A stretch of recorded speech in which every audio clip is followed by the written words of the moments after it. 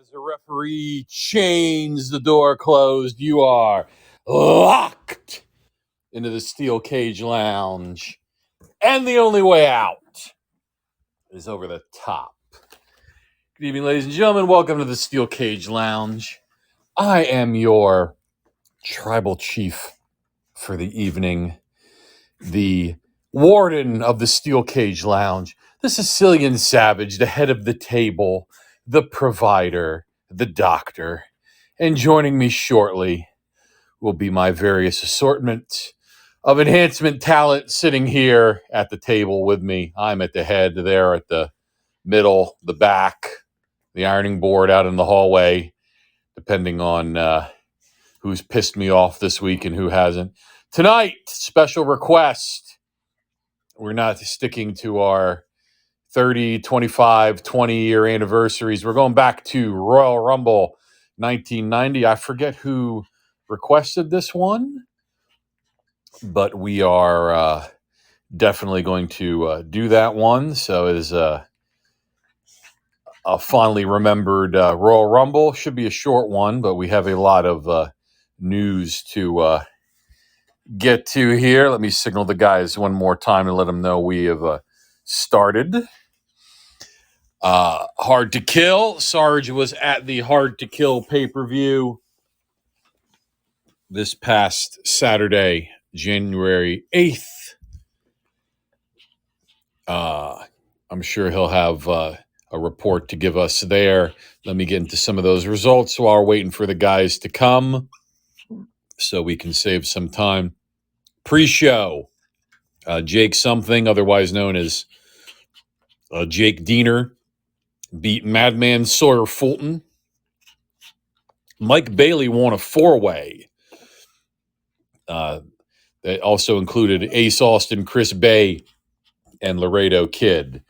And speak of the devil, the man who was at the Hard to Kill pay-per-view is joining us right now. He is the Sergeant at Arms of the Nightmare Family, live from the War Room.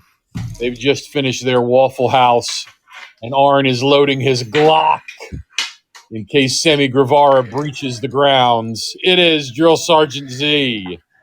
Doc, how you doing, buddy? How was the week? Okay, we're recovering from some illness here, but we're, if you heard last week, I was a little under the weather. Jennifer is still under the weather, so we'll see how she is. All right, well, that sucks. I heard you getting into the Hard to Kill already. Yes, I'm just giving the results here, and then you can give your, unless you have results you want to, do you have the results, or should I just keep going? Just you go, and then I'll give my reactions to the show after. Or do you want to give the results and then ask me like my reactions? That's probably better, right? I just did the pre-show. I'm sure you don't have anything to say about the pre-show. That's why it's the pre-show.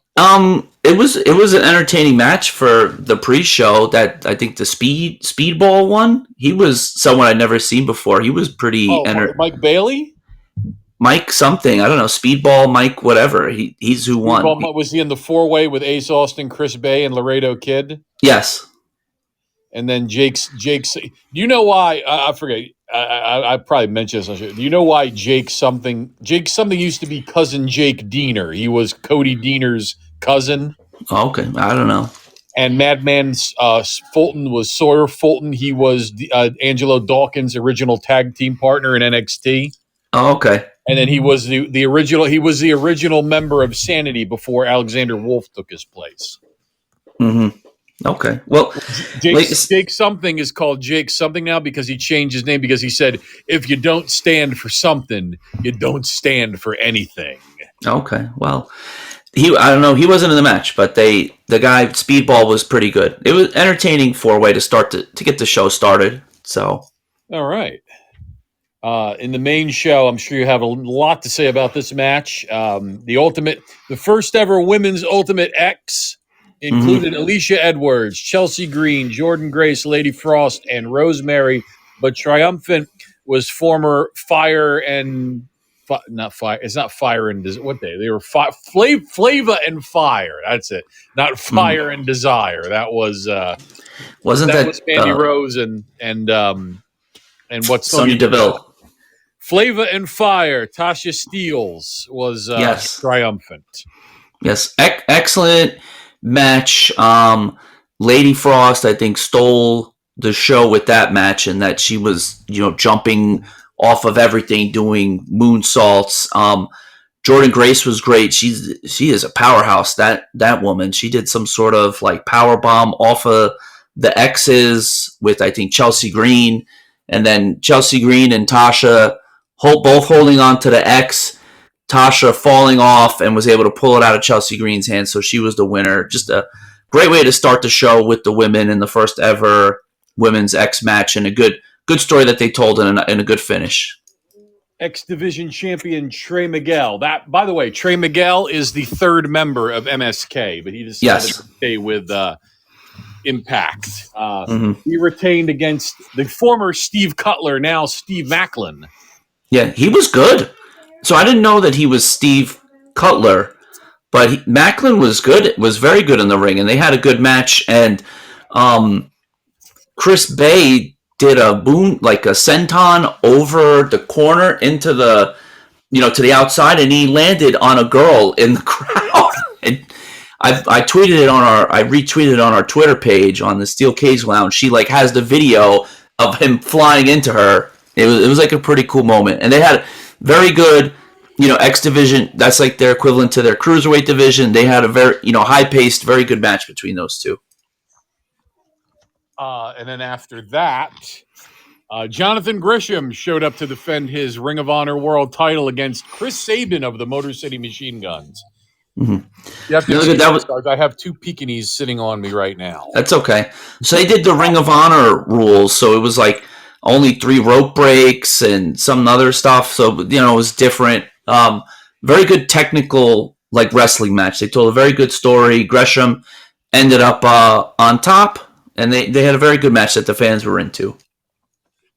And then the boy of the man who's going to be the man of Impact Wrestling, supposedly, Josh Alexander. He had a match against the former Bronson Reed, now known as Jonah. Yes, and the crowd was super into this match. They were I think they did a good job building the card. Fans were getting into it, but the Jonah Josh Alexander match, the crowd was very into. They told a great story. And then, I think you even said, they're really pushing Alexander because he made Jonah tap out in the middle of the ring after working that knee and ankle throughout the entirety of the match. Just that was to me, that was the match of the night by far. I don't have any star ratings. Dave didn't bother to rate them yet, so that's all right. I'll have to go by you, Sarge. No, there was not one bad match on the whole show, Doc. If I'm being honest, not one. Nothing bad I could say about the show. There's one thing, and we'll wait until we get to the end for me to mention it. Then the Hardcore War, Eddie Edwards, Heath Slater, Rhino, Rich Swann, and Willie Mack took on Violent by Design, Cody Deaner, Joe Doring, and Eric Young. You have 7 hours of programming a week and you can't find 5 minutes for Eric Young. You have a problem. So there you go. I wasn't able to do that last week. I'm able to do it this week. There you go. That's only 3. The other 2 were the Good Brothers, Doc Gallows, Carl Anderson, the tag team champions. Yes. How did the Team Edwards become triumphant? Very entertaining match. Another, it really was a hardcore war. Everyone bringing all sorts of weapons. They put, I can't remember who it was, but they put somebody through a door. Instead of a table, they set up a door on 2 chairs, put them through a door. Then there was tables that were put through. A golf club, a pipe, and I want to say, I don't remember who got the pin, but it was a good match. Rich Swann and what's his name, Willie Mack, both did some pretty crazy stuff on it. So nonstop action, the whole match, excellent, very good hardcore match. Not just nonstop action, Sarge. Total nonstop action. There you go. Total nonstop action. Moose was triumphant in a 3-way over Matt Cardona and the former Big Kaz, William Morrissey. No, that was very good match for the title. Another like almost like a hardcore match because they ended up with going through the announce table. Some chairs were involved. I think Chelsea Green came out to help Matt Cardona. She did a senton off the stage onto Moose and Morrissey, and then she got involved, and Moose threw like power bombed. I think the ref into or power bombed Cardona into the ref into Chelsea Green in the corner. So a very cool spot. I know they had a good match. Moose is the real deal. I haven't watched too much of his matches, but he's legit. He can go. So Yeah, they've wanted him in WWE, but he has declined up until now. So speaking of, he just was on Busted Open this week, Doc, and he said they have, like you said, they had reached out to him, but he doesn't want to give up creative freedom, so he'd rather stay in Impact where he has a little, some creative control over his character and how he's presented. So, and the main event, I'm sure Sarge loved the Texas Death Match. Mickie James retained her Knockouts title against Deonna Purrazzo. So let me ask you, do you know what a Texas Death Match is, Doc? I figured it was just a hardcore match, a bloody hardcore match. So it's a little more than that. So it's a hardcore match, but you have to pin your opponent, but then there's then they have to beat the standing 10 count. Oh, so it's like, are we going to watch? I forget if we're going to watch this. So it's like a last man standing, but you have to pin them before. So they explained it, but I think when you do that, the pins, nobody was reacting to the pins. You know what I mean, Doc? Okay. Because they pin in it, but the match isn't over, so they weren't getting any reactions out of the pins. And then, let me ask you this. If you're booking a show, would you book basically 3 hardcore matches in a row? If I was Paul Heyman. Well, even then, I don't even think they would do 3. They never did 3 hardcore matches in a row. Well, yeah, that's right, because the 3-way is no disqualification, so. Yes, and they basically made it into like a hardcore match because they brought weapons and stuff in. So, to me, because they did that, when we got to Mickie and Deonna, I'll say this, they put on an amazing match. They did their, tried their best, but I think the crowd was a little bit over all the weapons because they've already seen in the 2 matches before, people go through tables and people get hit with everything. So now it's like, well, what can you do? And the one thing that really got a reaction out of the crowd was when they used the thumbtacks.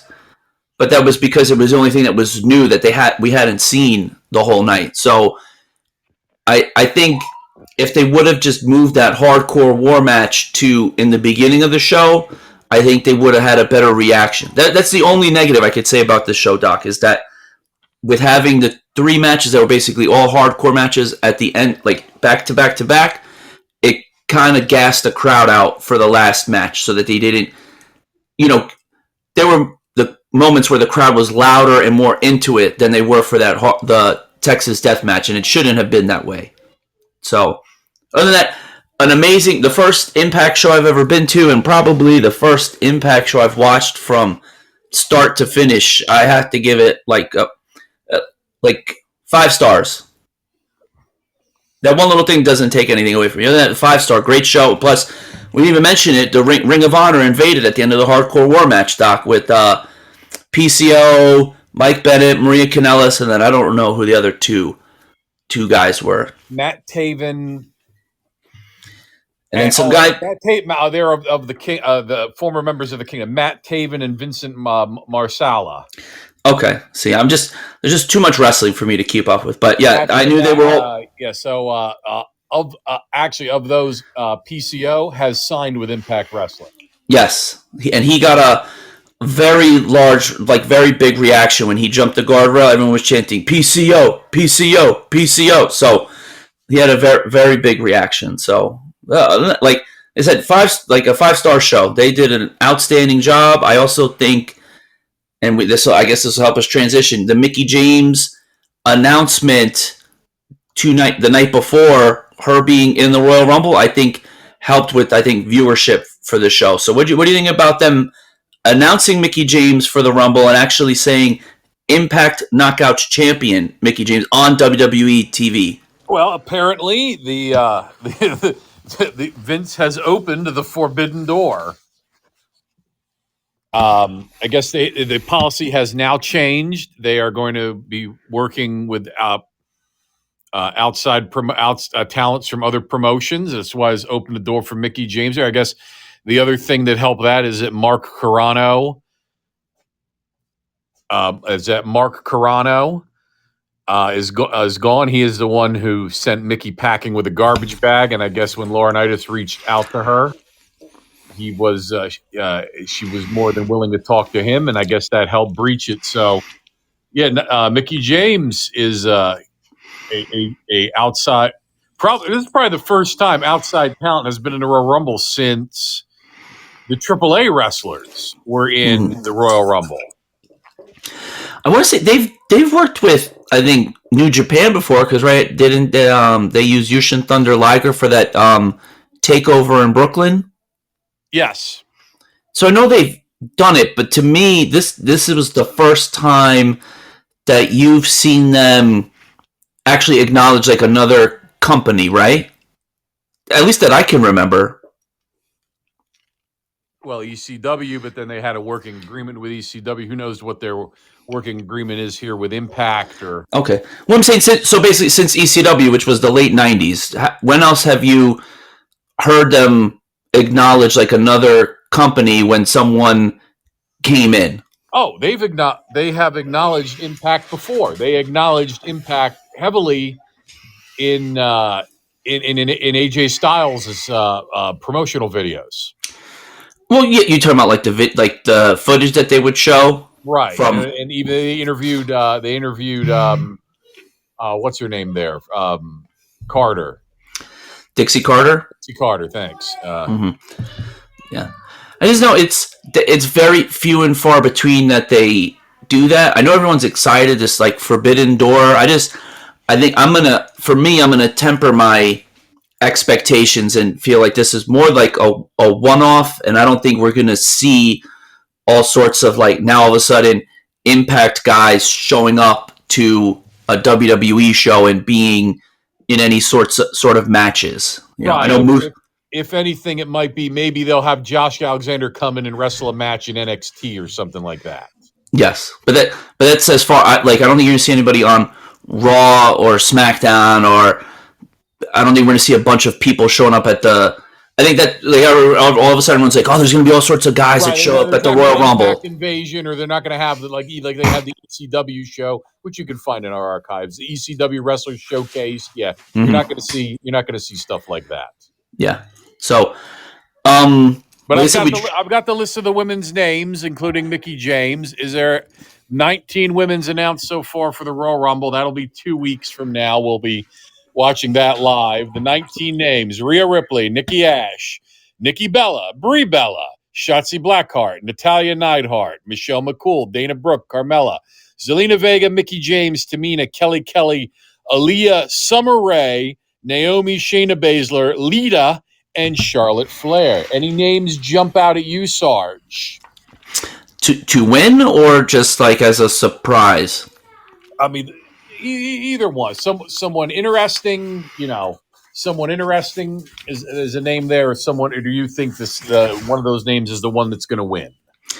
To me, the Mickey James thing is definitely interesting with how the relationship was so bad, and that she's actually, like I said, she's currently an active Impact wrestler and Impact Knockouts Women's Champion. That they have her on is very interesting. I'm interested to see what they do, if they let her be in the ring for 20 minutes, or if it's she shows up and Charlotte throws her out in 30 seconds. Then I think that's a terrible way to go. So that interests me. To me, I would like to. Charlotte is the current, SmackDown Women's Champion. I would like to see her win and challenge. And I think this maybe might be going because I've talked to you about this. Is they have already mentioned, so it's like 7 women that are outside of the WWE. That main roster women's division is so thin. I think we've talked about this before. Is that to me? I think I know it might be looked as taking a step back, but I think you need to unite those 2 titles and just make one champion that goes, and then have the women on both brands going back and forth instead of 2 separate brands because they just do not have enough women on the active roster to do 2 championship belts. Right, and you don't know too. Maybe Fox is saying they want Becky Lynch, or maybe USA is saying they want Charlotte. Mm-hmm. You put that belt on one woman, and then they can go back and forth between the 2 shows. Yes, I just think I wouldn't be. I think that's the way they should go. And then, we're talking about who else can they have. I saw that Melina, and there was one. Oh man, there was one other name. Did you hear that too? Melina and who was the other one? Cameron. Yes, Cameron were both rumored to be in the Rumble. So I also think that gives us to 21. I think you're going to get Asuka and Bayley. That gets us to 23. So you just have. You also get, and then there. Don't forget, what's her name? Lacey Evans. Do you think she's ready? Is she going to be ready to come back? I think she's ready. Okay. So maybe we get Bayley, Asuka, and Lacey Evans to come back, right? So now that gets us to 24, and you got 6 more slots. I don't know what other women they have on the main roster that they could put in there. So you're going to get a couple Trish. NXT. Trish isn't. I'm talking about the actual main roster, Doc. Not Hall of Famers. I think I've listed the entire main roster. I can't think of anyone. There's nobody left. Yes.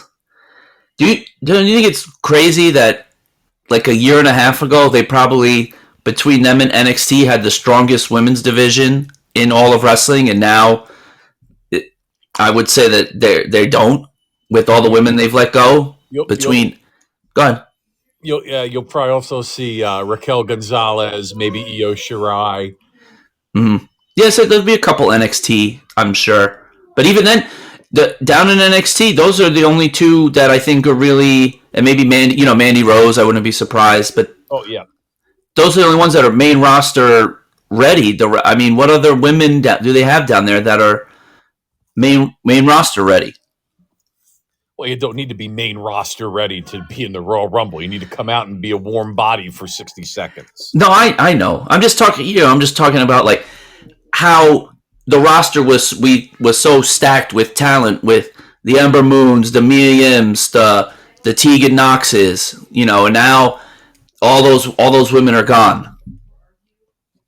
So it's just, it's a little sad, but we shall see.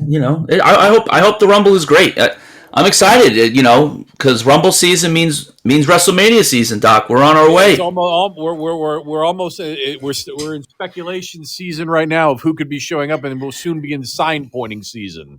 Yes, cannot wait. Well, since it's just me and you, we can talk about the rest of the stuff. Let's get to the show. Oh, the men, by the way, so far declared: AJ Styles, Damian Priest, Johnny Knoxville, Sheamus, Angelo Dawkins, Montez Ford, Rey Mysterio, Dominic Mysterio, Austin Theory. Nothing too exciting yet. You're not excited about Johnny Knoxville? Yeah, Johnny. You know what, Johnny Knoxville? Yeah, a celebrity. Okay, he's going to have some interesting spots. Well, I guess we'll see. Two more things, Sarge. Before we jump in here, I just want to touch on one thing we talked about last week. How we were talking about the cruiserweight division in NXT, and I said now they're going to reunite the titles, and it's going to be the North American Cruiserweight division, or the North American Cruiserweight title. The cruiserweights are going to survive this NXT 2.0 rebrand. Then after New Year's Evil, it was announced that it will be the North American title. The cruiserweight name is dropped. Sarge, the cruiserweights are dead. Yes, they are. Took 5 years. I mean, well, no, 6, right? Or is it 5? Any memories from the cruiserweight division you would like to share? Nothing other that I didn't share from last week. All right. So the rest in peace and the cruiserweights, the NXT. I guess the highlight for me was when they had that tournament with Drake Maverick, ran all the way to the end and then lost to the Santos Escobar. Mm-hmm. Who's now a big player in NXT outside of being a cruiserweight. Also from NXT, we talked about the changing face of NXT. Boy, did the face change the next day, didn't it? Oh, yeah. The old Braun Breaker. He is now the face of NXT. And then they released every person who was associated with Triple H. Yes. William Regal, the Road Dogg Brian James, Samoa Joe, Scott Armstrong, Ace Steel, Rajin Singh, longtime head writer and manager for the Great Khali, Ryan Katz, George Carroll, Hideki Suzuki, otherwise known as Hachiman, Timothy Thatcher, Danny Burch, and Allison Danger, the sister of Steve Corino. HBK, Steve Corino, and Terry Taylor survived. They're the only ones. I'm going to guess, Sarge, the one that you're probably most surprised about is William Regal. It is, because to me, even though he wasn't on TV anymore, his value goes beyond like actually being on screen. What he could provide to these young kids and teach them is just immeasurable. And for them to just let him go is just, to me, is like mind blowing, because now I know he was like a head scout for like indie wrestling and they're not doing that anymore, but you have him down there teaching these new kids things about wrestling and now you don't have that, and you're transitioning to where basically you've gotten rid of all the veterans that are there in that locker room. I mean, you have, for the men, the only veteran is friggin' Tommaso Ciampa. There's no other veterans that are there. You have all these young kids, and they need someone to guide and teach them. And I think Regal was perfect at that. And wherever he lands, he gets scooped up. I'm sure he'll get scooped up soon. Wherever he lands, they landed a perfect person for the back. I hope AEW gets him, but I've heard the rumors is that Impact is like hot on trying to sign him right now. Who's the one for you that's the biggest surprise? Regal. I mean, he was the face of NXT for so long. But I guess the writing was on the wall when he completely disappeared, and now we have no authority figure in NXT.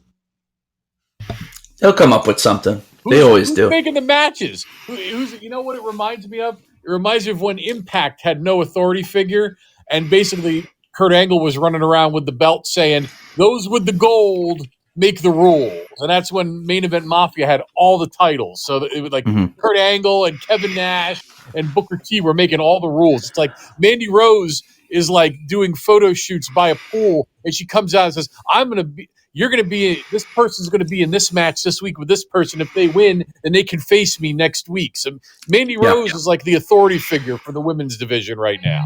She is. She did that, got that 3-way for the whatever the fucking pay-per-view was. Not even a pay-per-view. The New Year's Evil. But I want to get to this question that Mike Ruic posted, but once we start the show, about has the other matches on the pay-per-view taken away from the actual Rumble itself. But we'll get to that once we get to the show, Doc, okay?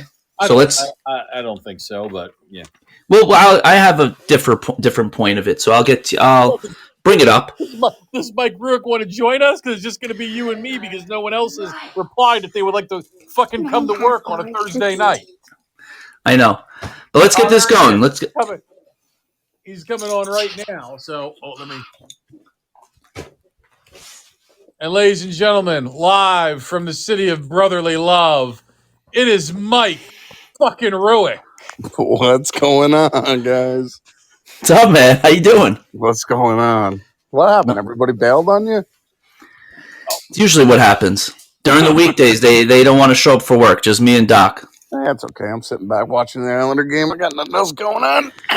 Well, we're about to throw on Royal Rumble 1990. You want to check it out with us? Sure. All right, go ahead. Tell them the rules, Doc. Well, my Peacock just crashed. Oh, of course it did. Well, the rules are you go on to the Come on, get your cock out. That's the rules, Doc. I'll get my cock get out. your That's cock right. out. Go into go in and find the WWE Network in the Peacock app and go to pay-per-views. Nala, you're sitting on my Nala, you stepped all over my notes. That's the dog. So we're watching Royal Rumble 1990. So go into the pay-per-views, go to Royal Rumble, select 1990, get to 5 seconds, and then Doc count us down. I'll have to catch up with you guys. Okay, so we're at 5 seconds. I'll call it then. It's season 3, right? Yeah, season 3 for the Royal Rumble. My cock is still coming out. It's very. Oh Jesus! You need a little blue pill? Is that what you need? I need. Well, STM's not here tonight. Here, give me like.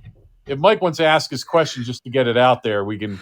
Well, no, I figured let's start it. You do your little like, how did we get here? And then once we get into the first match, then we can get into his question. Hold on, down the season. Oh my God, how many seasons are there? Season 3. There we go. 1990. I'm up on it. All right, 5 seconds. Okay. Oh, I can't see the TV. Oh my God, what a disaster this show is already. Holy shit! Knowledge of Simba's laying on my chest. He's got his ass under my chin. I'm babysitting tonight. You better get them dogs under control, Doc. All right. Man, my dogs are laying down. Oh no! Wait, I got a 30-second commercial now. All ready to start? Even to start? All right, I've got a 30-second fucking commercial. I hate. Oh my God, I hate the Peacock. Do you have commercials on yours too, Ruic? No. You pay the $10 or whatever it is, or it comes with you got the unlimited package because it comes with something. No, I got a premium. Come on. Okay, well, I have to pay. I pay $4.99 and still get fucking commercials. So Really? yes, you got to pay like $10 to get the non-commercials. Oh, perfect! I'm at 5 seconds. I only have 4 commercials though, so that should be okay. All right, let's go, Doc. All right, 5, 4, 3, 2, 1, play. And Right. tell us how we got here, Doc. I'll be back in a minute, boys. How do we get here? Well, oh wait, that's the Royal Rumble results. Hold on, I need the. Where's the? Oh wait, did I lose them? Oh no! Oh no! I lost my results. Oh no. Come on, Simba, get up! I lost my results. What happened to them? I got too many papers here, Mike. Here we go. I found them. All right. And Mike, if you remember your wrestling history, you're going to find this. You're going to find this taping here very interesting. So this was January 3rd. So this Royal Rumble took place January 21st, but there was a Saturday Night's Main Event taping January 3rd at the UTC Arena in Chattanooga, Tennessee. Chattanooga. Randy Savage defeated Jim Duggan. Ultimate Warrior and Hulk Hogan defeated Mr. Perfect and the Genius.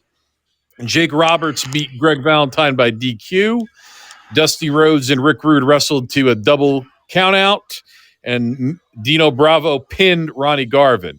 Now, if you remember, Mike, you'll probably saying to me, wait a minute, didn't that happen after the Royal Rumble? I was going to say that. Yes, this is the match where Hogan and Warrior have their big blow up. I guess they filmed it before the Royal Rumble, but it aired after the Royal Rumble to set up that epic WrestleMania 6 match between Hogan and the Warrior for both titles. Nice. And all right, I'm back, Orlando fellas. Arena in Orlando, Florida. Probably the Amway Center now, right? Is it? I guess it still says the Orlando Arena here. I don't know if that's a good question. Oh, somebody was wanting to join us. Someone else showed up? Yeah, his name is Shane Housen. Oh. Hey guys, how are you? Sugar Shane! How are Hey, you? Shane. What's up, Mike? How are you, man? What's going on, bro? 1990 is a weird time because, as we see here, we have who are our commentators for the Royal Rumble. It's nothing happening. Tony Schiavone and Jesse the Body Ventura, all decked out in Mickey Mouse gear. So, hey, before you talking shit about Shivani? He is going to be on High Spots, and he is like sold out with the amount of people that want him to personalize merchandise on High Spots. So, watch your mouth there, Doc. But I think Sugar Shane is on because he has a little story he wants to tell all of us. Am I right, Shane? Yes, sir. I could actually confirm that this is the Orlando Arena, which turned into the Amway or the TD Waterhouse Center, and then it became the Amway Arena before being torn down. Yeah, I was as a young buck. My birthday is January 22nd. This event was on January 21st, so I received tickets for my birthday, and it was pretty cool. Section 209, row 1, seat 5, to be exact. So that must be why we were watching this, because yes, Sugar Shane was there. I was there. Damn it, I was there, and yeah, the kind of a goofy story, but you wouldn't expect anything less from me. So, my dad got the tickets. We went to the event, and obviously it was my birthday present. I was also getting a T-shirt for my birthday, and I, obviously pick whatever you want. So I wanted the Hot Rod T-shirt, so I ended up getting that. And some kid saw my shirt and made the comment that, oh, he's not going to last long at all. Randy Savage is going to last longer than he does. Well, Roddy Piper lasted 12 minutes and 20 seconds. Randy Savage lasted 10 minutes and 10 seconds. So, I never saw that kid again. But if you're listening, fuck you, dude. Just fuck you.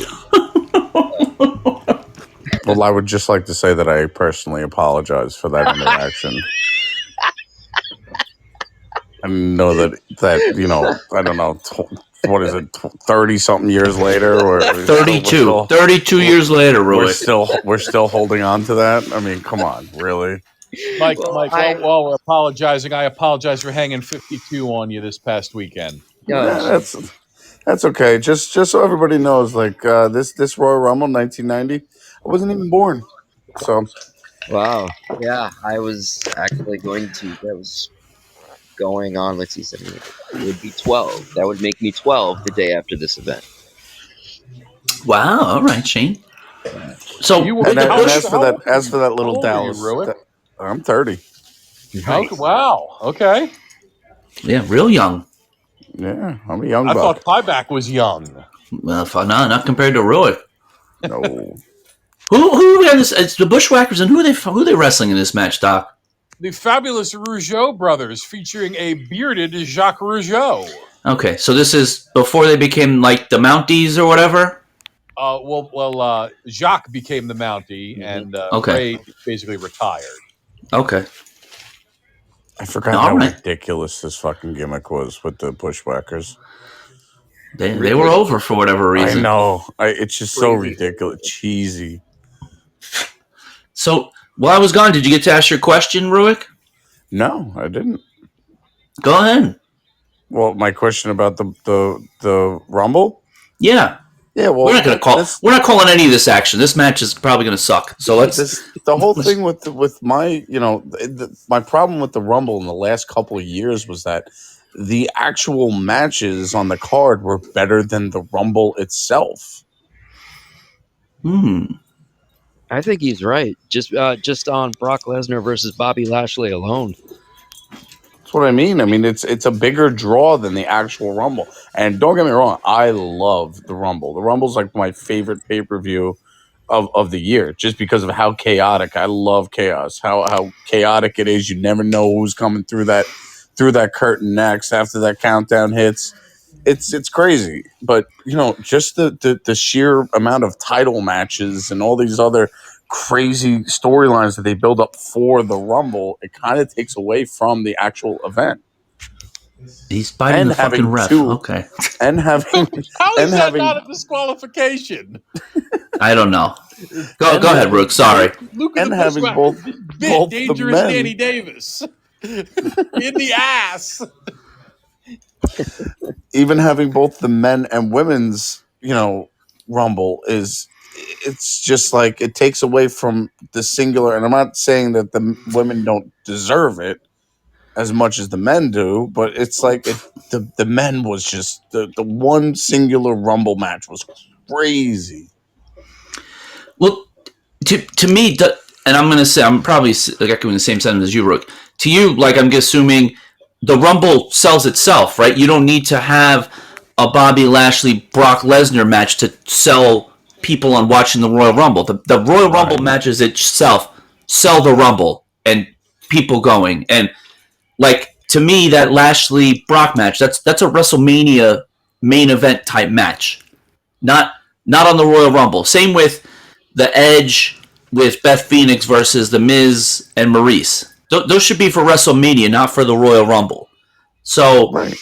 and I think, like you said, it takes away from the Rumble. You know what? And what else takes away is, like you said, back in the 90s and early 2000s, they didn't announce like all like 20 whatever 25 people that they announced. Now it was, like you said, it was like a surprise. You didn't really know everyone that was going to be in the Rumble. Now for the women's, they've announced like all the surprises already, as far as like what Hall of Famers and legends are going to come back for the Rumble. That was something that was cool. Like, I think, Shane, you mentioned it the other day when Diesel showed up unannounced, right?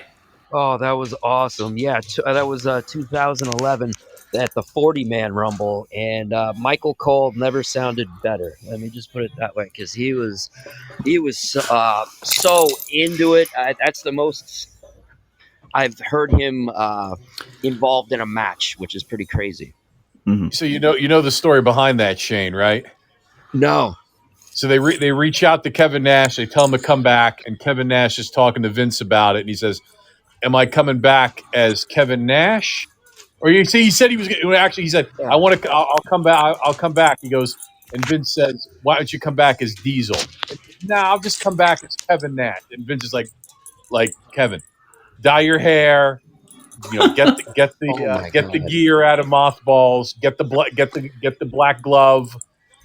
Well, if you come out of Diesel, the whole place will pop. And in retrospective, Kevin Nash says that was the correct decision. Of course it was. Yeah, everyone went ballistic, myself included, watching at home. Speaking of which, do you guys have a favorite Rumble moment?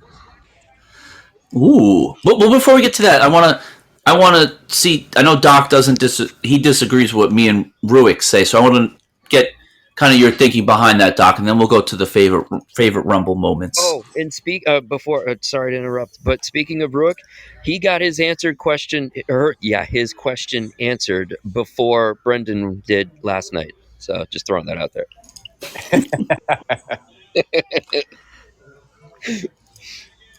So go ahead, Doc. Oh, of what?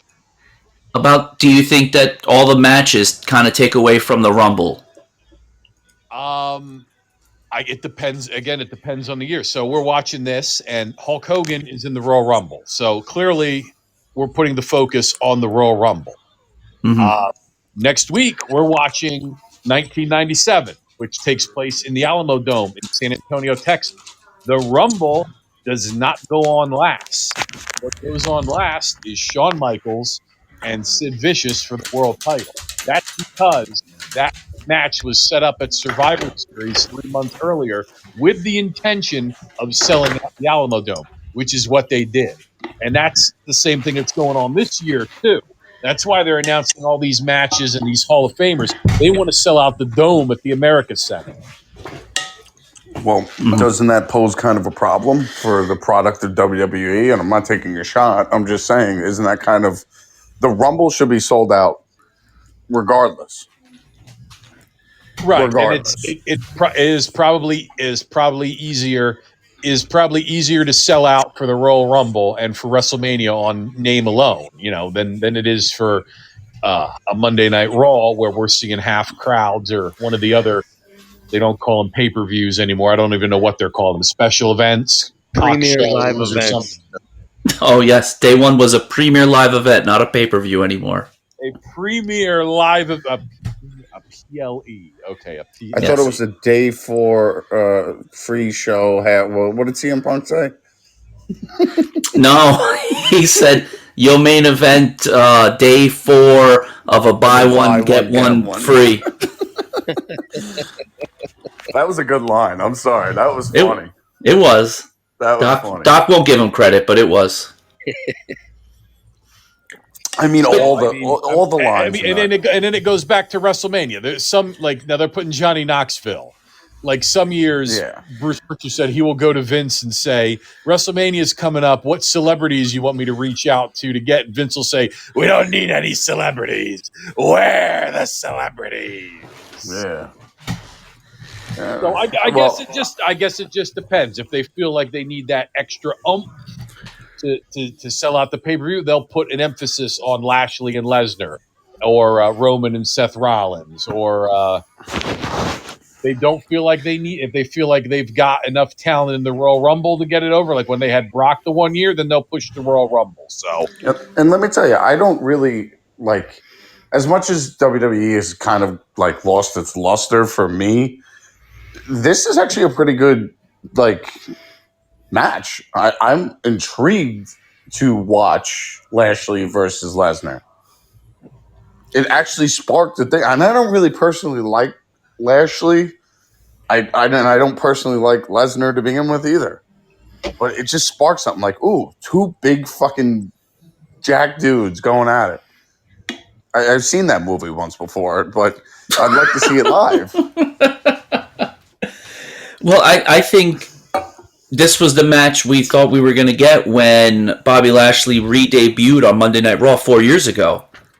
And it took them a long time to get here, but I thought within a year, 2 years tops, that they would have a match at WrestleMania for these two. But, now we're finally getting it, but it's at the Rumble, and unfortunately, with it being at the Rumble, to me, I guess we'll see. I guess maybe Lesnar does drop the title to Lashley, because the story really is Lesnar and Roman. So, but do we want Lesnar and Roman at Mania again? But we can talk about that. I've said it 3 weeks in a row. Lesnar dropped the title to Lashley due to Roman's interference. Setting up, Big E wins a Rumble, Big E and Lashley for the WWE title at WrestleMania, Roman and Lesnar for the Universal title at WrestleMania. And when Paul Heyman helps Roman win, Paul Heyman will be back in the Tribal Chief's good graces. Yes. Now, I just have to say, Big E just lost again, Doc. I can't remember who he lost to. He lost to Rollins. He's Rollins, who is facing Roman. So I know what you're saying, but they're using Big E constantly to put over all these people now. He hasn't won a match in 2 months, so constantly losing. He can't. I just don't. He's lost all his steam. He has no more steam. So, but let's get Shane. Since you posed the question, do you want to go first, or you want one of us to go first on the favorite Rumble moment? Oh, you guys go ahead. The guest, so go ahead. Who do you have a favorite Rumble moment? I mean, anything with The Undertaker in it. It's just that and Mysterio, just for the sheer shock of it. Okay, so what about, wasn't the Rumble, was that 92? I can't remember when Yokozuna and Undertaker had the casket match at the Rumble. 94. Okay, 94. And then the Undertaker lost, and they did the whole bring him up over to Jumbotron. Right. He ascended. Yes. That was an unbelievable moment. Yeah, there's a shitload of them. I mean, you can go with that one. You can go with the Shawn Michaels. Oh, when he skinned the cat to stay in against the Bulldog. Yeah. Okay. I mean, I personally didn't see any of the I've seen the highlights of them, and they always show it on WWE Network or pops up on YouTube or something. But like, it's there's so many moments where it's like, wow, that was cool. I also personally love every time that Kofi Kingston was in it, and he would do some kind of hijinks to not be eliminated, like jumping on a chair to get over. Like, it's just those funny moments. I'll get to that in a second because I think I hate those moments, but I'll get to that in a second. Of course you do. Of course. Anything fun you seem to hate. The correct answer, my friends, is with a tear in my eye. Nailed it. This is the greatest moment of my life. Ric Flair lasting from number 3 to number 30 to finally become WWF World Champion. Yeah.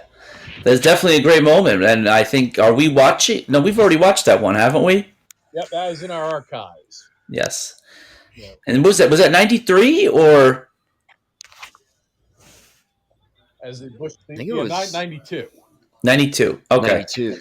That's why I thought we might be watching it this year, but then I'm like, we already watched it 30 years ago, huh?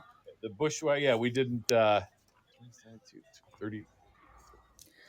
Yeah, it's going to be 30 years ago now that he won the Rumble.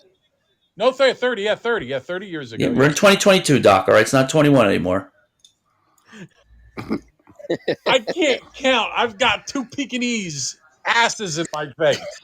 That's a... By the way, this wonderful half a star match, not the worst match of the show. Oh my God, we have worse than this.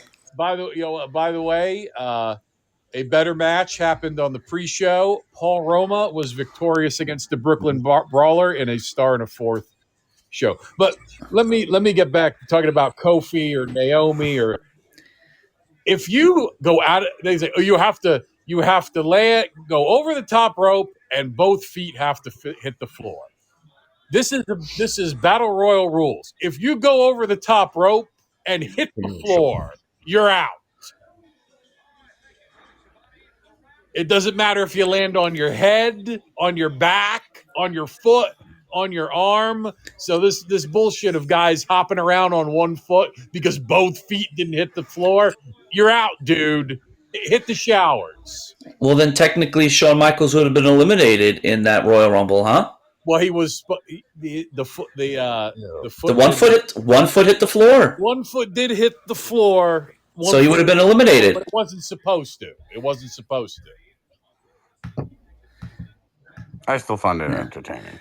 So it's cool. It's a cool feat of athleticism and creativity on his part. Doc, did you get a commercial there?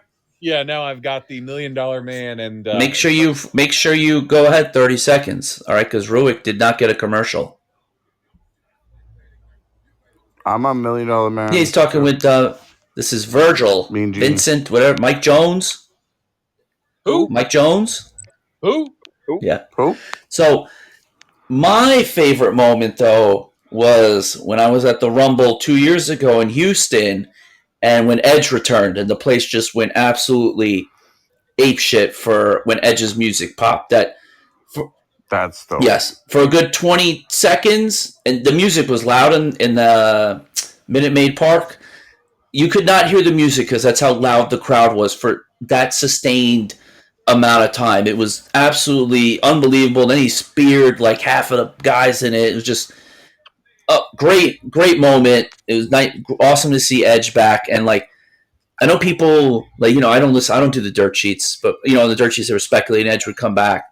But when his music hit, the place went absolutely insane. And I think to me, that's my greatest moment. Doc, I'm a little surprised in you since you're such a WWE guy. I thought for sure yours would have been when John Cena came in as number 30 at the Garden. Oh, that was a good one. All right, John Cena in New York. Yeah, that was a God. And that play. You talk about the people hate John Cena and he should be that place fucking popped. They did, and then 30 seconds later they started booing him again. Of course. This is Macho Man's brother, right? Yes, this is Lanny Poffo is Randall Poffo's brother, the son of of Angelo Poffo. So what's his gimmick right here? What is he? He always read It's the poetry. world's smartest man. The world's smartest man? Is that it? Yeah, he always read poetry. I am the genius, Lenny Poffo, the world's smartest man. Oh, here we go. Brutus the Barber Beefcake, who will be at WrestleCon, so you can go and meet him at WrestleCon. All right. Let me clarify. Let me correct Sarge. There, it is not Brutus the Barber Beefcake. Oh, just Brutus Beefcake. Sorry. Brutus the fucking Barber Beefcake. Okay. Right, Sugar Shane? Correct, you are. Right, you are, Ken. This is going to be another terrible match here, I'm sure. Oh, yeah. 2001, Kane went off, throwing pretty much everybody over. It gets a whole star. So that was your favorite, Shane? When Kane went through everyone, like he had like 13 eliminations or something like that? Yeah, he fucking went off, man. It was awesome. That, and also a moment that you'll see a little later in the show. They've never squared off against each other before. Hulk Hogan came face to face with the Ultimate Warrior, and everybody, I kid you not, everybody fucking went apeshit in this arena. Wow. And yeah, it was absolutely insane. And they, of course, there's the stare down, and they crisscross the ropes, and it was pretty. So this is 1990. Is this I can't remember. Is this the same year that they faced in WrestleMania? Yes. Okay. Yes. I guess this is how it gets started, right? Yeah, they had the Correct. trial. Yeah. They had the trial in the Royal Rumble where they both faced off. When they saw the pop, then as I read the results, Hogan and the Warrior face off against Mr. Perfect and the Genius. It was taped January 3rd. It aired after the Royal Rumble, and that's where they have the blow up, and then they run the vignettes from February through April, where Ultimate Warrior cuts a promo that is right up there with the Scott Steiner math promo, the infamous Ho Hogan promo. Was he talking about Fuel the Rocket Ship too? In one of his Crash the plane, Hulk Hogan! Yes. The pilot's controls, Hulk Hogan! Drive the plane into the ground, Hulk Hogan! Oh, what amazing promos from the Ultimate Warrior that we now have lost, This guy looks like Randy Savage, just hippie version. Ruic, you have to go back and find, if you've ever, I don't know if you've ever done this. Have you ever seen Randy Savage and Lanny Poffo when they were in Memphis wrestling with Jerry Lawler? I saw the doc that they did on, what was that, A&E? Do they have that in there? I think they have a little bit in there. I remember something about they're them. doing an interview because they were an outlaw promotion in Memphis, and then they basically merged with Jerry Jarrett before Randy went up to New York, and Lanny is cutting a promo while wearing a suit of armor and holding a sword. Speaking in poetry and talking. Savage is pacing in the background like a tiger, and every time he walks behind Lanny, he screams something. I gotta look that up. That sounds funny. And I'm pretty sure Angelo was there. Angelo was standing there like these are my children.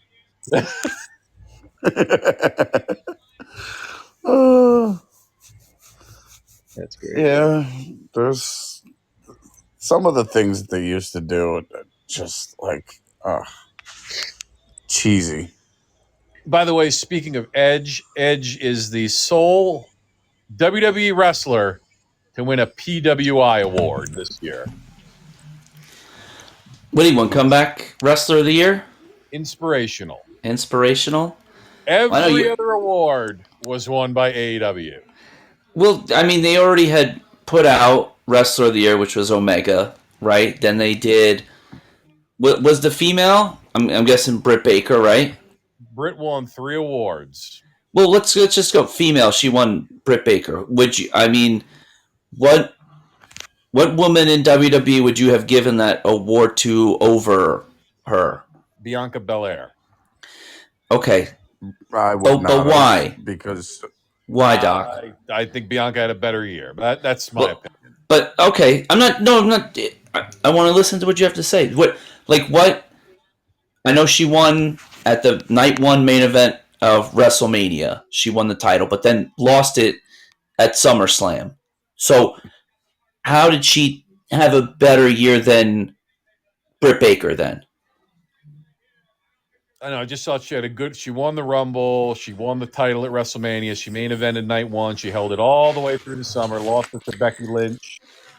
Unfortunately, who knows if Sasha hadn't gotten COVID, maybe Bianca would have held it till Survivor Series. But It is what it is.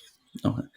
That's the only thing is I don't disagree. I think Bianca did have a good year. I just Britt with the lights out match that she had with Thunder Rosa, which won match of the year, right? Yes, Thunder Rosa and Britt Baker's match won match of the year.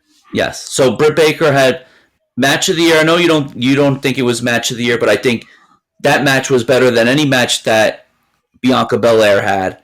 And then she won the title at what was that? It's not All Out. The show before that.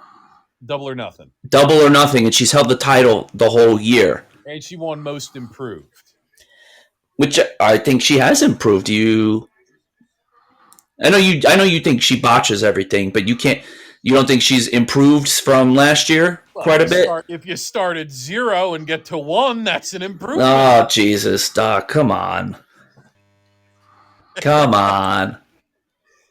Sorry. I'll just put it this way. Bianca Belair did not, like, as much as she did get screwed, because there was no reason for her to turn over that belt. There really wasn't. Mm-hmm. I don't care if Becky Lynch comes back and says, "Oh, I want the title." Okay, well, you're gonna build and you're gonna win it some other way. We're just gonna hand you a fucking title. That's ridiculous. Britt Baker's had more, like you said, Sarge, more match. I mean, but the match between her and Thunder Rosa. I mean, even her and the other chick, You talking about Statlander? The girl, Statlander, not even Statlander, but forget that. Statlander's a fucking animal. I love that girl. You talking about Ruby Soho or which? I don't know. She had a lot of good matches. The Japanese one that she lost to Rio, that's it. So, those matches were great. It's just she had a lot of the numerous amounts of matches that just built and built and built and built. And there's nothing in my mind that stood out with Belair except for winning the title. Yeah. I also think Britt was better with the promos than Bianca was as well. And very over, like, she's supposed to be a heel, but she's so good in what she did with that match with Thunder Rosa and so good on the mic that the crowd just will not boo her because of how good she is. I really think she is like one of the faces of AEW. And I think Bianca will get there, but Doc, like we said, isn't it kind of like the same stuff with Bianca? Like the entrance is exactly the same every time. Right. She doesn't deviate from her entrance. She skips down to the ring. We know it by heart, which is so funny because yes. And then like you said, now and like you said, what like we thought might be a one-time thing with using the hair in the matches, like every match now, they're using the hair. Right. Which is why I think they should just, have an angle where they cut the braid. Yeah. Oh, just to round those out there. CM Punk won comeback. There's CM Punk won comeback of the year. Okay. That's ridiculous. I'm a CM Punk. He also won most popular wrestler of the year, and his nemesis MJF won most hated. My God, did you see the bump that are all having? They're just Yes. Holy shit! Yep. He hit the rope 16 times. You're about 10 seconds behind the stock, but it's okay. I'll jump ahead here. It's all right. Like, I don't think we really need to get on sync until there's like a good match. This has been terrible. But MJF and Punk also won Feud of the Year, as I said last night. The first time ever they've had Faction of the Year. That went to the Inner Circle, and I think that's it. how does okay, so I'll say this. MJF and Punk should not be Feud of the Year, as in they only started feuding like the middle of December? So how could that be Feud of the Year? I definitely disagree with that. Would you say WWE had a more hated wrestler than MJF?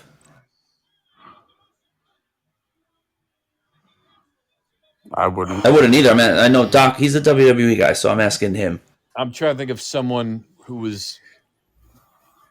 I think if you have to think that long, then it's no. I guess not. Right. I guess not. Then. Well, I'm trying to think who would be the most hated wrestler, and I don't want to say Roman because people love evil Roman. No, it would be Roman. Yeah. Maybe Rollins. With the Rollins won last year, so Rollins would be the closest I can really think of. Yeah. But All right, guys. I'm gonna tag out so we can get the true comeback of the year on. So I appreciate you guys having me on. Ruic, good luck to your Eagles this weekend. Doc, good luck to your Cowboys. Sarge, hope you get a good. like every year. Good luck to your Raiders. Well, good luck to the Raiders, Sugar Shane. Yeah, we're gonna get the participation trophy, so it's all right. Like I said last night, I think you guys got screwed with the scheduling. You really did. Oh yeah.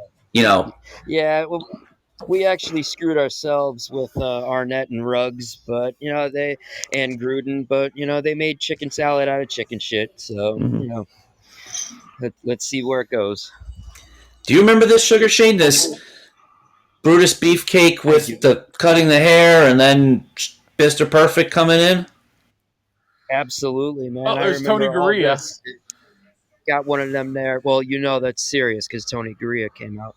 Yeah, I got one of them there. Photographic memories. Okay. Yeah. Well, he really did a chop job on the top of the genius's head. He was. it was bad. Yeah, Poffo basically out with his eyes open as he was sitting there, and now after a perfect plex, Mr. Perfect is going to work on the solar plexus of Brutus Beefcake here with a padded chair, not the usual gimmick steel chair.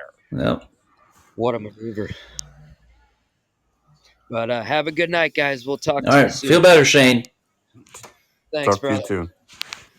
All right. Get the comeback. Yeah, bring him on. Bring him on, Doc. He hasn't asked to come on yet. Oh. Bring on the podcaster, PWI Podcaster of the Year. And by the way, so this will set up. Mr. Perfect is still undefeated. Mr. Perfect this sets up Brutus Beefcake to face Mr. Perfect at WrestleMania. And here's a little known fact for you guys: Brutus Beefcake ends the undefeated streak of Kurt Hennig. Spoiler alert. Why? Like why? Because that doesn't work for me, brother. I get that, but still, why would you? Brutus... At this point, Hogan is in Vince McMahon's ear, telling him, "Hey, Vince, once I retire, the guy who you can continue to build this company around of is Brutus Beefcake." Oh God, that is Bruce Pritchard confirms that on Something to Wrestle. Hogan was pushing for Brutus to be the new top guy. Is it the Booty Man? Yeah, the booty. Oh man, Mike, do you know what the Booty Man's finisher was in WCW? No. It was the high knee. That's good. Andre. No, we got Andre and the Simply Ravishing one, Rick Rude. Heenan, there's someone behind. Who's that? Haku? That is Haku. Okay. So I forgot Rick Rude looked like he never had a meal and just completely injected just everything in him. Okay. shredded. Yeah, that's all test and test and fucking HGH and just a Coke and water I'm sure diet. it's steroids too. Well, that's what it is. HGH. I get to you don't get that. I get to reuse all my stories now that Ruic is on. Ruic, have you ever heard the time that Steve Austin and Rick Rude went camping? I don't think I've heard this story either. That was when they were driving down the road, and Rick Rude was in the front, Paul Heyman was driving, and Steve Austin was in the back seat. And they were, and Austin was like, well, goddamn, Paul, I know you guys like that McDonald's, but goddamn, I like the. No, Rick Rude was driving. Paul Heyman was in the passenger seat. Goddamn, you like that Burger King, but I like that goddamn McDonald's, and goddamn, I could stop for a beer right now, and goddamn, all of a sudden, Rick Rude pulls over the car, turns around, and goes, Steven, will you stop using the Lord's name in vain? And Steve also gets a real serious. Oh God, well, Rick, I'm sorry. I didn't know you felt that way. But if you want, I will stop using the Lord's name. He's like, thank you, Steve. He goes, you're goddamn welcome, Rick. And I got a commercial for this Montana documentary here. Definitely want to watch this. Rick Rude used to have a camper that he used to pull around behind his car, and the camper had a big screen TV in there, and they were parked at like a lake, and Steve Austin was fishing, and he was cleaning catfish, and Rick Rude was in this trailer watching porn and smoking a joint. All right. Sounds about right. 3 hours in, the door opened up, and Rick Rude came out and surveyed the scene, and Steve said, Rick, you want to help me clean off some of these catfish so we get them cooked up for dinner? And Rick Rude looked at Steve Austin and went, nope, and closed the door and went back into watching porn and smoking dope. All right. As we get Ronnie Garvin and Greg the Hammer Valentine here. This is a payoff match. This is a grudge match because the Hammer broke Ronnie Garvin's shin. And as you see, so the Hammer has a shin guard on his leg, which he does not need. He's using it so he can get an advantage when he puts on the figure four. Ronnie Garvin is also wearing a shin guard to protect his formerly broken shin, and that shin guard will protect him from the shin guard that Valentine is wearing. So what do I know Ronnie Garvin's name from? Jimmy Garvin. Okay. Of the Fabulous Freebirds. Someone give me a timestamp here, because this is actually a decent match. What are you at, Ruic? We'll go with you. I am at 40 minutes, 17 seconds. Somebody get to 40-30. I'll tell you, Doc. All right, as we are at 40, 27, 28, 29, 30. Yep. Now, is this like a submission only match, Doc? Yes, it's an I Quit match. Yeah. Okay. I forget what I'm sure we'll see it. I forget what Garvin's finishing move. Garvin might have used the figure four also. Okay. Garvin had some. Garvin is one of the people for Ric Flair in the mid '80s. Yeah. Well, I just saw he went for a cover, and the ref had to remind him, hey, no, this isn't a regular match. So. All right, we've got the Mouth of the South, Jimmy Hart, out there seconding Greg the Hammer Valentine, and our referee for this encounter is the son of Gorilla Monsoon, Joey Morella. All right. Yeah, you hadn't done that. Oh, no, you have. You've mentioned the refs for the first two matches. So what do we got? Oh, this match, and then what, two more before the Rumble? I think one more after this. Yeah, one more. This match is average. We're going to get about 2 stars out of this match, but don't worry, guys, because the next match is the worst match of the show. All right, can't wait. Can't wait. Here's a good question for you all guys. Right. Who's the greatest manager of all time? Oh. Probably Heenan. Right? Heenan. I would say Heenan. Bobby the Brain was great. Jimmy's great.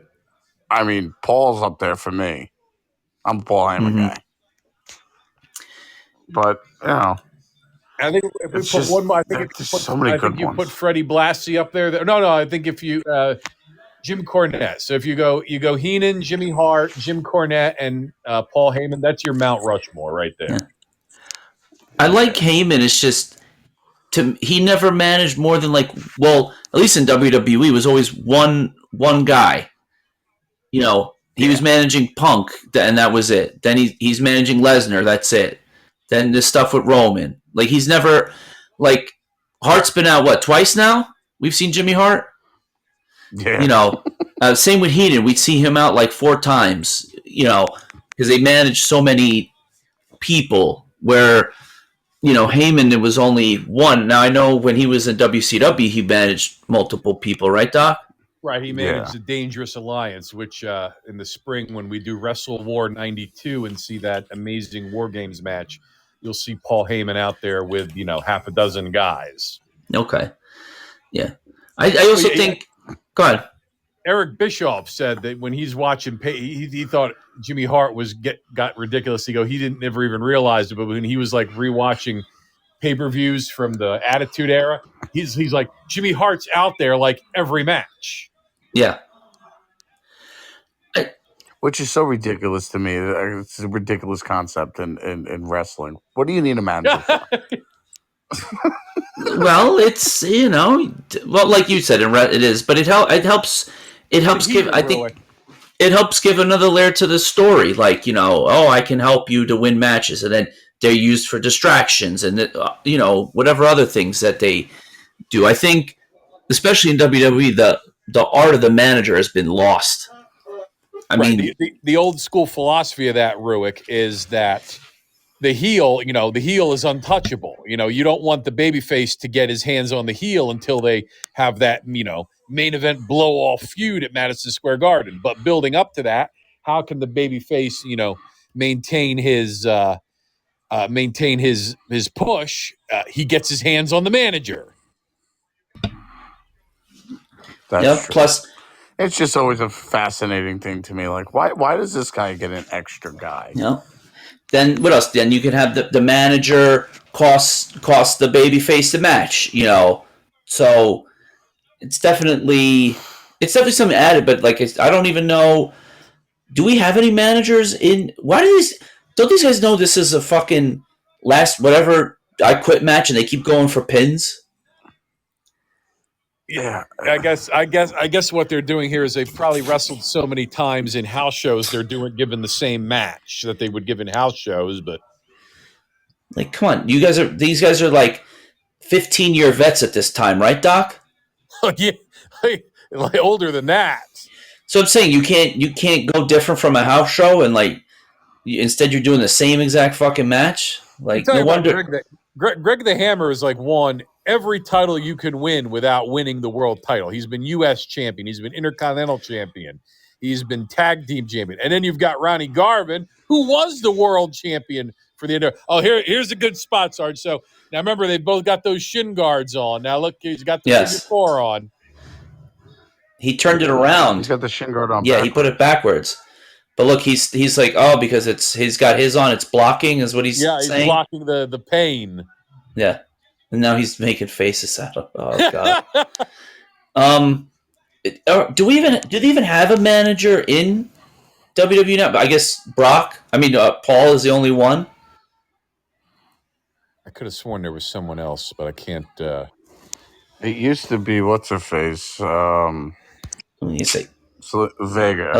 But she hasn't. She's on her own now. Right. Queen Zelina. But I don't think there is anybody else with a manager. Well, no, I guess MVP. The only other one is Michael Bivens in NXT. Well, that doesn't count. I'm talking about MVP for Lashley. MVP, that's the one I couldn't. But that's it. They don't do the managers, and they I know you were saying PWI does faction of the year. They never did that before, but that really is every other wrestling company besides WWE? Because I mean, what factions do they have? The Bloodline. That's not really a faction. They're family. I don't count that as a faction. Manager of the year is they do not give out manager of the year anymore. And the last person to win manager of the year was Deborah in 1999. Oh, what was she managing? Austin? 1999, she was managing Jarrett. Okay, and they gave her manager of the year. Another award that they don't give out anymore in PWI, midget wrestler of the year.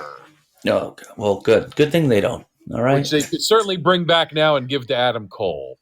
Okay, all right. Enough of that. What you know what? This I just saw this guy's name, and this made me think.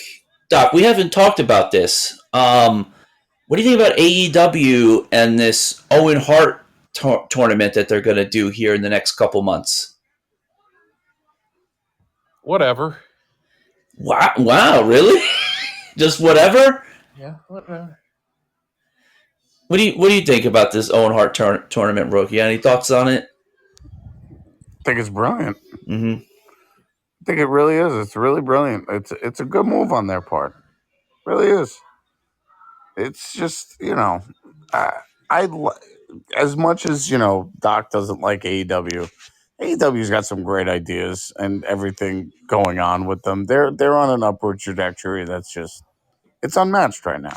It really is. In any company. I agree. I don't know how you just say it's whatever, Doc, when you come to this Owen Hart. I mean, there's a tournament starting next week in NXT. What? Oh, the Dusty Cup, right? Yeah, the Dusty Cup. I like that, but it's What's it? To pick the new color scheme? Oh, that was good, bro. Hey, Rook, you know how they pick the color scheme for the new NXT 2.0? They picked all. I want all the colors. I want all of them, Bruce. Whatever, just go to the aisle in Home Depot and get me all the pallets and put them together. Oh God, I love it. For those that don't know, the Dusty Cup is a tag team tournament, Ruic, and then the winners are the number one contenders for the tag team titles and get a tag team title shot. And now they're doing a women. They've done a women's one, but that was when they had a very strong and deep women's division. Now I have I guess they're still going to do it. I just don't know if they have enough women to have a women's Dusty Cup tournament. So we shall see. But you don't think that's good that they're paying homage to Owen Hart, Doc? Does it not say anything to you about the relationship between Martha Hart and the WWE? Yeah, it's terrible. Now, would you say that's probably WWE's fault or her fault? Or maybe a little bit of both? I would say a little bit of both. That's exactly what I was going to say. Okay. But I think she just because have you watched that the Owen Hart on Dark Side of the Ring, Ruic? Yes, I have. Go ahead. Go ahead. I just, you know what I find fascinating about these Dark Side of the Rings? It's so funny to me that Jim Ross is always in them. Yeah. Like, because he's not there anymore, he can actually freely talk. Mm-hmm.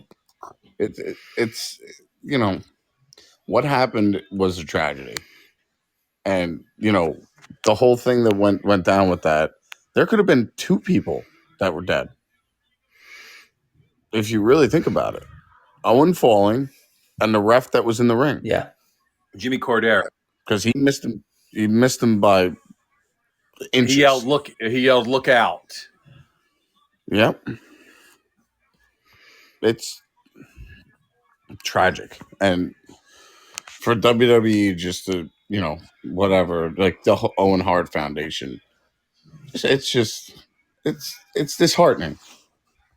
Well, they don't have. They don't have an O. That's not a WWE No, that's associated. Martha. That's Martha. I know. That's what I mean. That's what I mean. They have no association with it. Well, that's not by their choice. I think they want to, but she feels that they didn't put the proper safety. Right. That's what I got from the doc. Is that the documentary was that she feels as though the proper safety precautions weren't taken. Right. Right. Yeah. And then, which go ahead. Shouldn't have been doing a dumb spot to begin Right. with. Mm-hmm. Yeah. That, and then they just went on with the show. Like, they just went on with the show after it happened. What else are they supposed to do? I don't know. I think you just refund everybody's everybody's money. That's the worst part of it. Somebody lost their life. Things have to either go on or stop the show. And in that moment, with pay-per-views bought, everything else going on, it had to go. It just had to go on. It's a tough spot, but what are you going to do? Professionals. Yeah. Right. Yeah. By the way, on a lighter, I wanted to go through the people who have won the Dusty Cup and see if they're still employed. Go ahead. Let's do it. I think the first one of them is employed, and the other one just got fired. Right. 2015 with Samoa Joe and Finn Balor, if I'm correct, right? Oh, yeah. Yes. So one just got fired. One is employed, but he loses on a regular basis on TV. So I'm sure he'll be entering in the Royal Rumble. 2016 were the Authors of Pain. Oh, geez, they're done. Let me think. Hold on. No, that was 20. Not have a 2017 for some reason. Oh, what? Come on, guys. What? Oh, they didn't have one in 2017. Shockingly. Wow. Okay. 2018. I don't. I'm trying to think of who's won the tag team champ. Was it Ciampa and Gargano? It was a team that wasn't even in the tournament and ended up getting inserted because they beat up two of the semifinalists. I don't know. Who you got? Adam Cole and Kyle O'Reilly. Ah, okay. They are no longer employed with the WWE. Both of them are gone. And then 2019. You'll never get this one. Aleister Black and Ricochet. Oh, I should have got that because I should have known. Yes, they teamed them together all of a sudden. Aleister Black is now in the tag team division, so I'm sure he'll be putting over the Young Bucks quite soon. He's not in the tag team division. Yes, he is. He brought in Brody King. That doesn't mean he's in the tag team division. That means he's building a faction, the House of Black. All right. Brody King is his tag team partner from Pro Wrestling Guerrilla. We'll see. I think you might get Brody King and somebody else, and they'll be tag team, and Black will still be the singles guy for the group. He'll be a manager then. He'll be the singles guy. Relax. All right. And then I know 2020 was Riddle and Pete Dunne. Yes, both still employed. Yes, Pete Dunne, I don't know how much longer he'll be employed for, though. And last year was our boys. Riddle will. Yeah. The girls was... I don't like Riddle for some reason. Gonzalez and Kai won it. Dakota Kai won it last year. And I think that was the first time that they had a women's one. Oh, there we go. So look, there's Roddy Garvin uses the Texas Cloverleaf, it looks like, as a finisher. And after both shin guards are removed, Greg Valentine has tagged as tapped out. Mm-hmm. MSK won last year. Yes. Now, I know you said Riddle will still be employed. What about Riddle and Orton dropping the titles this week, Doc, to Alpha Academy? Good. Otis finally is holding a title. Otis has never held a title. And now he didn't even hold a tag title with Tucker, which kind of is shocking when I reiterate. Yeah, good job for Otis. And then Chad Gable, he's already held gold as part of American Alpha. He held it with Jason Jordan before he became Kurt Angle's illegitimate son. So now he also held. Chad Gable is a one-man revival. He's held Raw title with Robert Roode. He's held the SmackDown title with Jason Jordan, and he held the NXT title with Jason Jordan. Okay. I'm going to say, that was another thing that pissed me off too. Was you let Otis win Money in the Bank, and then you just take his Money in the Bank away? Why? Why have him win in the first place? There's too many people in that Money in the Bank match that could have won, and you gave it to Otis, and then just took it away. well, I would say what they were doing with Otis at the time I thought was good, and then they had him with the Mandy Rose, and then all of a sudden, they, like you said, they took that away, and then they turned him heel like 2 weeks later. Like, I don't know what they were doing.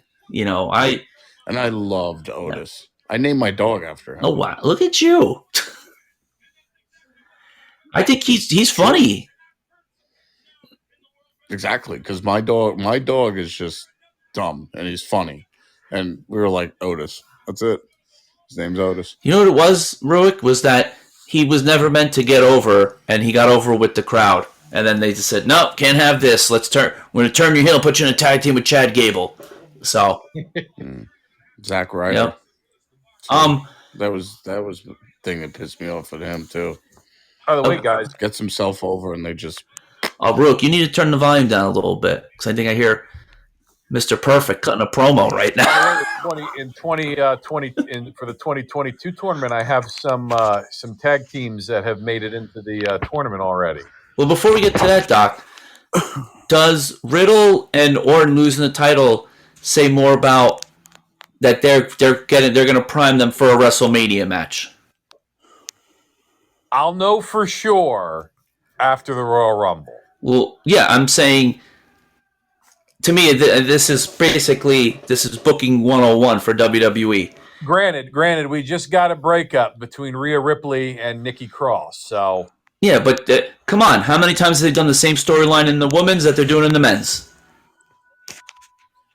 Yeah, if we see like Riddle eliminate Randy Orton or vice versa, then we'll know it's happening. Well, I think what we'll see is Riddle is going to cost Orton at some point during the Rumble match, and then that's where we get the build between them. Speaking of another thing is, we had Omos and AJ broke up, but never had a match. Yeah, they had a match. When did they have a match? They had a match, almost won. If you blinked, you missed it. Really, it was that.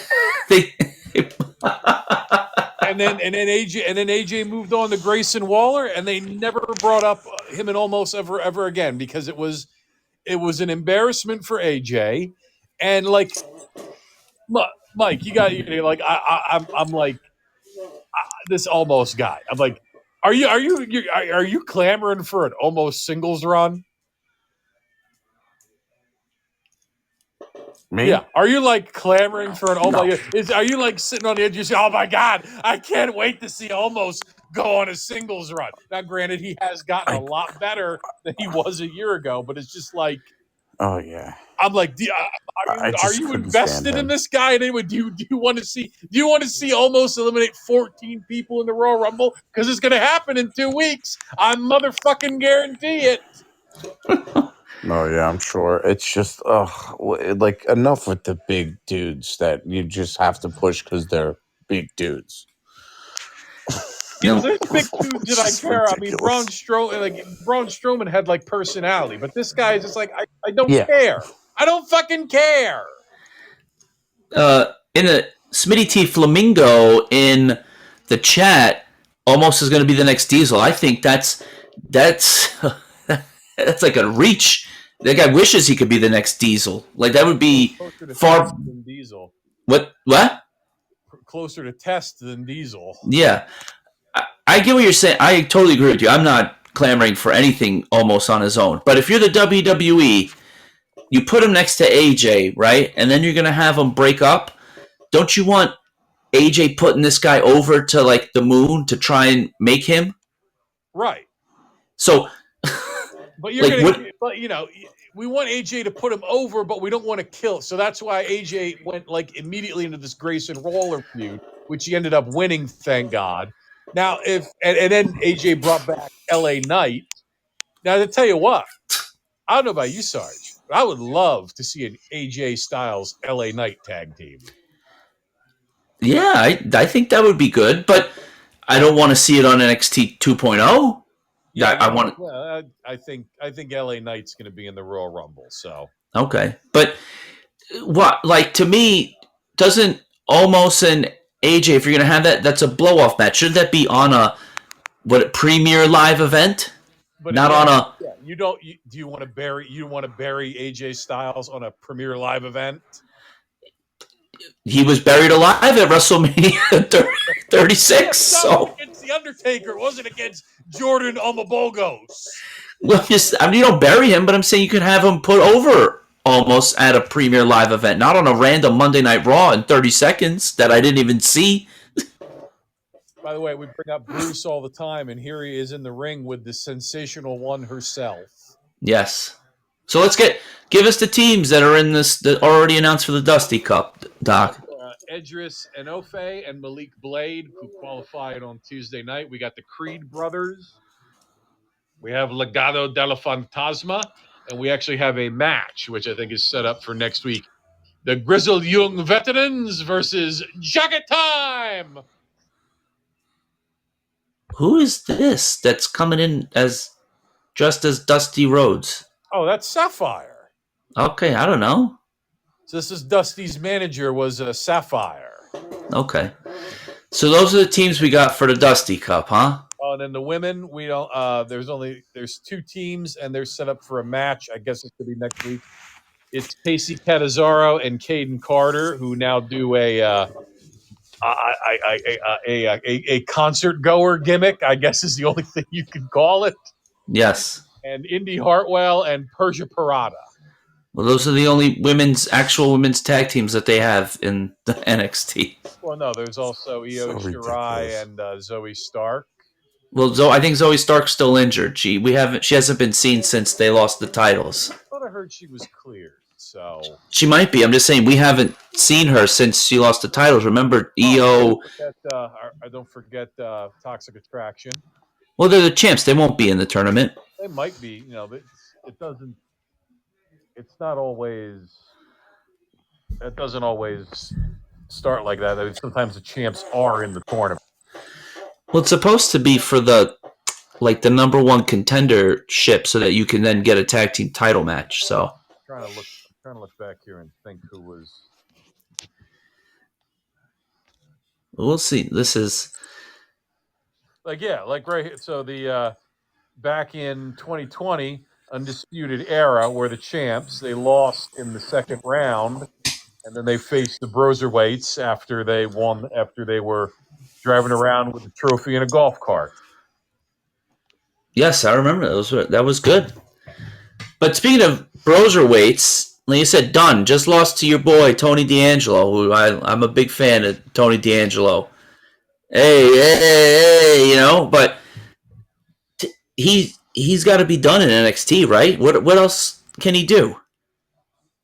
Well, again, I forget if I told you guys this. I don't know if I mentioned it last week or the week before. I said I wanted to watch this past week's episode of Main Event because Tommaso Ciampa and Pete Dunne wrestled on it. They didn't wrestle each other; they wrestled someone else. But they have been wrestling dark matches against each other. So I don't know if Vince is trying to see what he's got in these two guys and if he wants to bring them up. But like I said, no one's debuting until the Royal Rumble. So I don't know if you'll see those two in the Royal Rumble or if you'll see them on the independent scene in 2 weeks. So I just don't if they were to bring Pete Dunne up to the main roster, and I like Pete Dunne, but what do you think they would really have for him? From what you've seen over the last couple years, he's a smaller guy. He's what is he, 5'10"?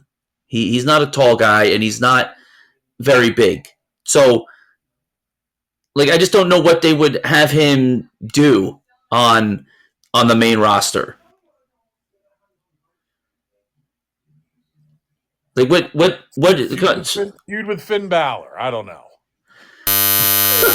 He'd go to AEW. I don't know. That's the other thing is, well, AEW, they have some contracts coming up, so I think you're going to start seeing some guys not get their contracts renewed, but they just too many. They have too many guys. You bring Pete Dunne now. I can't believe they're going to release the hybrid too. I mean, come on. Who's going to put over the Young Bucks every week if those guys are released? Oh Jesus, that's right. They signed Red Dragon. They can put over the Young Bucks. Such a prick. No, they're all teamed up, like you said on yesterday. They all teamed up. They're all good. I didn't say they. I said no. I didn't say the. I didn't say. Yes, you. Yes, you did. I didn't say that the Munchkins teamed up with the Winkies. That's because that would have been the Young Bucks. I said the Lullaby League teamed up with the Lollipop Guild. The Lullaby League, if you remember from The Wizard of Oz, is a bunch of women. Anyway, so they still you said it. As we get Dusty and Macho. Sapphire just leveled Sherry, and Savage is down to the ring like a maniac, and here comes Dusty. Well, speaking of the Dusty Cup, here comes Dusty Rhodes. He's rocking. Look at him rocking those polka dots, baby. Nobody ever made polka dots look so good, baby, as Dusty Rhodes. Oh, my God. Just think, they did that to him, and he still got it over. He still got. This is such a. Oh, and this became a traveling circus after. I mean, you got Savage, Sherry, you got Brother Love with Savage and Sherry, and then Dusty with Sapphire. And so Dusty needed someone else in his corner to combat Brother Love. So Dusty started coming to the ring with Elizabeth. Yeah, I was gonna say, where is Elizabeth? She's not with Savage at this moment? No, she has this is like I said, this is after WrestleMania 5. Elizabeth when Savage turned heel, Elizabeth basically sided with Hogan, and that was the end. And Savage went with Sensational Sherry. Look at that, funky like a monkey. Look at those boots that Dusty has on. That's a big body slam there by Dusty. Like I said, you're a couple seconds behind, Doc. Ooh, big slap to the face by Sapphire.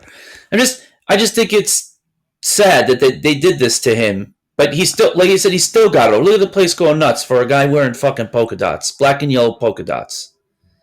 You know. Well, the story goes, I guess Dusty, because I've seen matches of Dusty. He has on black trunks, so he didn't have on the polka dots. But basically, he came to the back in Gorilla, and Vince said, "Dusty, I see you in polka dots." And Dusty was like, polka dots. He's like, polka dots. And he's like, I get it over, baby. Anything you want, Vince. I said he did. I mean, who fucking a grown-ass man in polka dots and got that shit over. What's wrong with polka dots? Look at some of this shit that Seth Rollins and Baron Corbin wear now. Oh, absolutely absurd. Absurd what those two wear. Let me tell you, though. Go ahead, Ruic. Let me tell you, though. Gold Dust is definitely Dusty's kid. Cody, I'm not so convinced over. Why are you gonna say that? Look at Dusty getting funky like a monkey. Cody's definitely his son. We're making movies, Sapphire. We take it to the pay window, baby. Do you remember the appearance that Gold Dust did on Howard Stern where they made him stutter?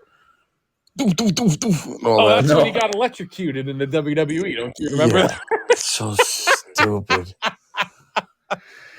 So stupid. How about speaking of Dustin? How about the match he had with Sammy Guevara on Rampage last week? Very good. I know Doc didn't watch it, but excellent match that they had. Could still go. He's over 50. Can still go. Yeah, he's excellent. So how good is Sammy? Oh, you know what? He's gotten so much better. Like progressively gotten better. And the thing, well, remember, I look at it as and you can see it because the growth. Think about he was on the first ever Dynamite. He had the first match against Cody. Jesus, the Hacksaw can't look straight. Holy shit! God. Well, he's looking look. The one eye's crooked as fuck. God damn. Holy shit. Sorry. Oh my God. But like you said, the growth of Sammy and how much better he's gotten from that first time you saw him on Dynamite to now is just tremendous. He's a stud in the ring.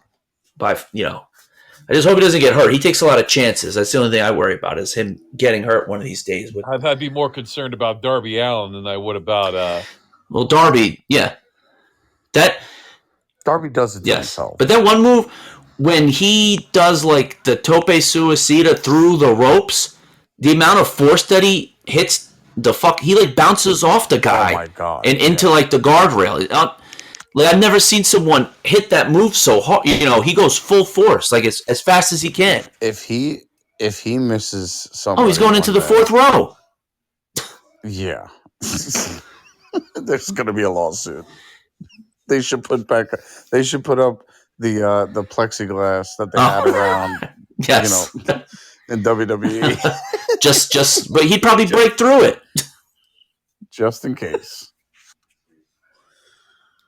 Jeez, do you see how sweaty Boss Man's pits are? Holy shit! he just walked down the aisle and soaked. Let me tell you something too. Hacksaw Jim Duggan, dumbest name for a wrestler.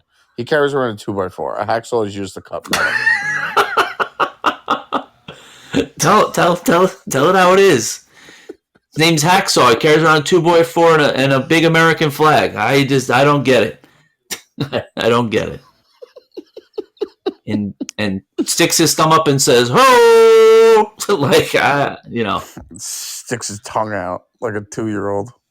And Doc, haven't you've told us right? This was the guy that was supposed to replace Hulk Hogan, right? Yeah, this is the guy that's supposed to replace Hulk Hogan. Oh Jesus! This guy got a Confederate flag on his. Yeah. Hey guys, by the way, I got it paused. Let's take a. We got. I think we can finish. We can finish this match, Doc, and then pause. All right, we're gonna finish it. It's only a 6-minute match. That's fine. All right. Yeah, let's finish this, and then I think the Rumble's next, right? Yeah, the Rumble's next after this. Give me a timestamp though. I think I'm a little.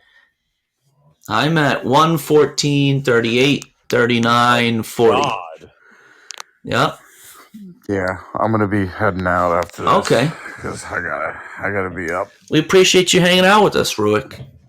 Man, thanks for having me. Of course, anytime, man. Let me know when Anytime. you get to 1:15:05.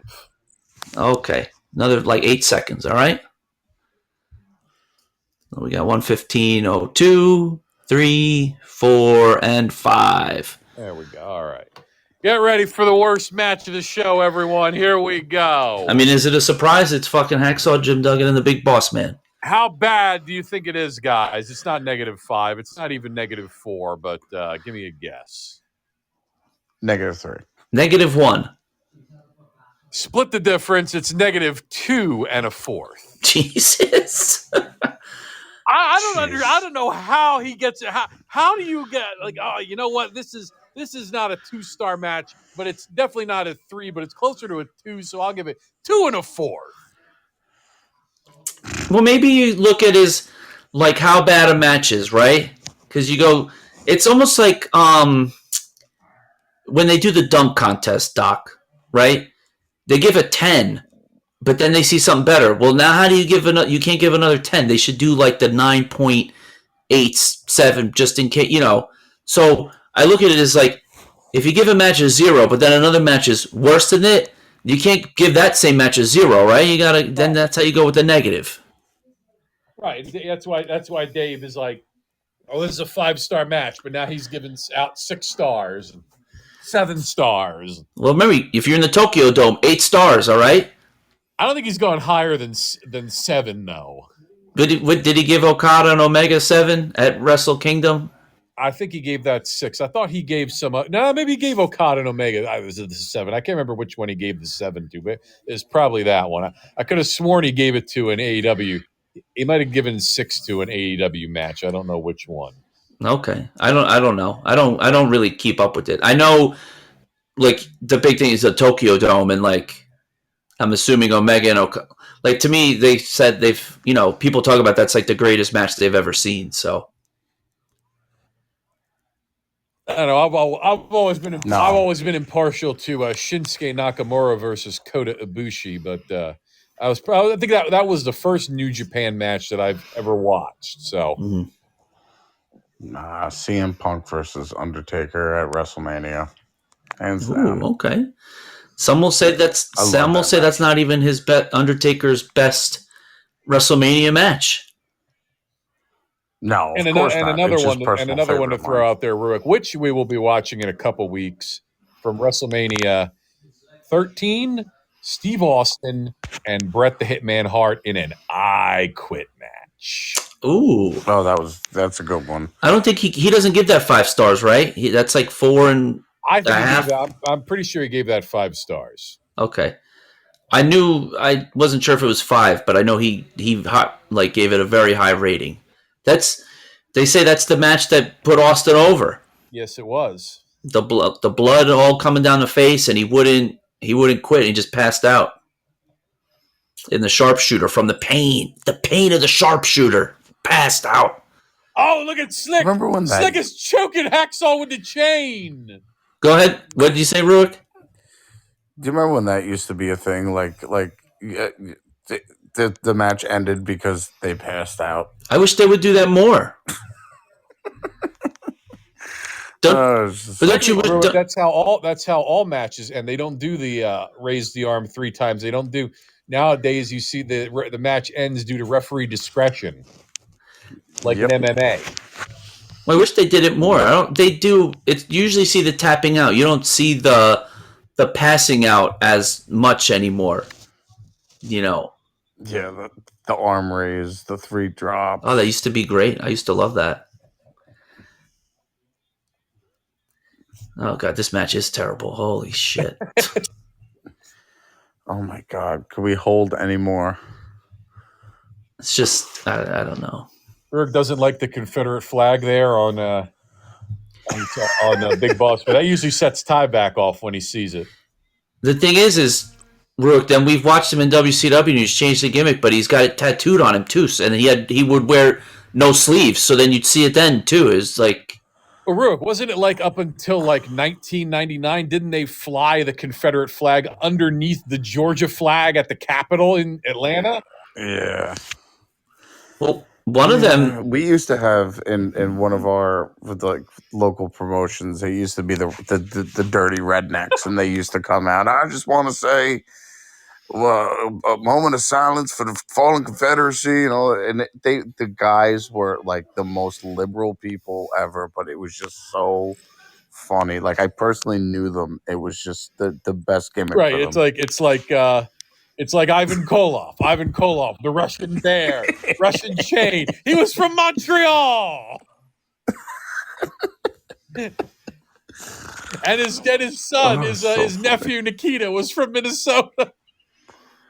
See, we just actually had a discussion about that with our local company, like with those guys, and we're like, all right, maybe it's time to bring it back. And just, be apologetic. I'll change my ways. I just like to apologize for Trump and just go into like all this Trump stuff and just watch the crowd just eviscerate him. But I'm sorry. I'm just apologizing. Hey, that's what they did. Remember when they brought Zeb Coulter back and he played that game with and he was managing Alberto Del Rio? Yeah. Oh, look at it. Guys, we got a bear hug. We got a bear hug in 1990. What is this, Bruno Sammartino versus Stan Hansen in 1973? And he just falls on top of him. Oh, my God. Oh, but I've got the foot on the rope. Oh, my God. This is terrible. They were still doing bear hugs into the late 90s, weren't they? Yeah, with certain big guys. Andre the Giant would do a bear hug. That's, if he's doing a 10-minute match, that's 5 minutes of the match. Oh, yeah.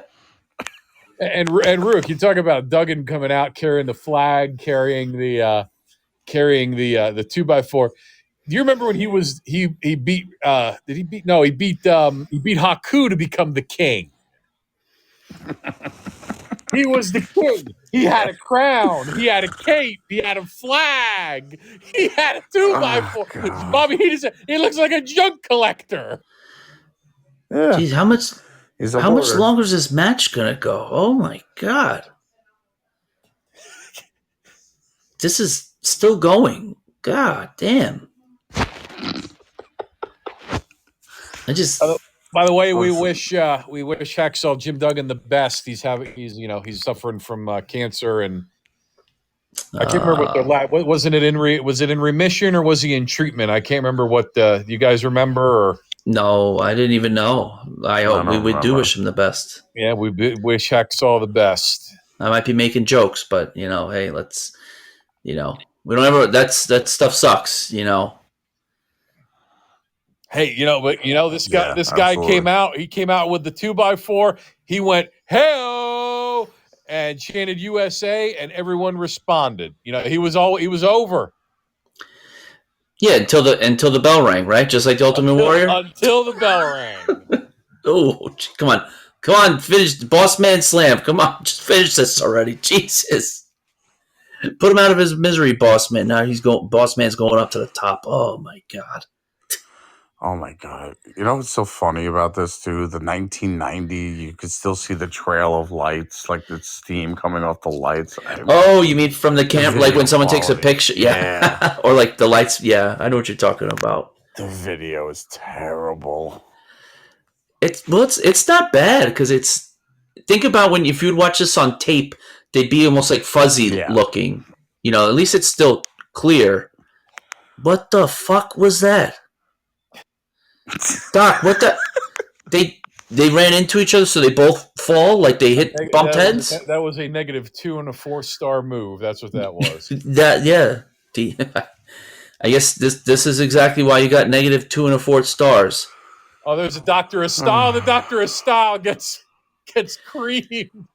My thing is, he was grabbing him, and the ref didn't disqualify him. Oh, and a distraction out, Boss Man with a nightstick. Oh, right to the side of the head, but Duggan rolls out.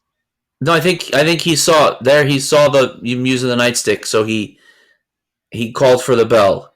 Yep. I think that's it. Dangerous Danny Davis. Usually he doesn't see stuff like that. He's calling for the bell, but Duggan's going for the 2x4. Yeah, he didn't win. Duggan won, right? Yeah, Duggan won by disqualification.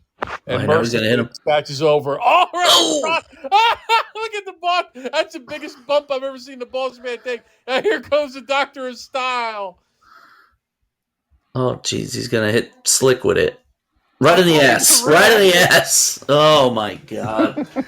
Absolutely terrible. What a terrible match. If I remember correctly, let's see if how good my memory is. If I remember correctly, Duggan puts on Slick's hat. Let's see if I'm correct. Oh, now he's. Well, that would almost cream Duggan there, that chair. Jesus, Doc is loving this. You're surely loving this for a -2 and a 4 star fucking match, Doc. Let me tell you. Ah, come on. You gotta love these guys. All right. Well, Mike, we want to thank you for joining us. Good luck to the Eagles this weekend. And Ruic, I'll see you on Wednesday, won't I? Yes, you will. You'll see me on Wednesday. Thanks for having me. If you want to if you want to check out Ruic, make sure you tune into the Wednesday Night Tailgate Wednesdays on Podbean at 7:30, and also where you get your favorite podcasts, as that's where you can find Mike Ruic on a weekly basis. Anytime from 7:30. Yep, 7:30 to 9:30. 9:30. Oh, whenever we decide to end it. There we go. All right, boys. See you later, Mike. Later, bros. All right, Doc, and I guess we'll pause right here because I got a commercial now.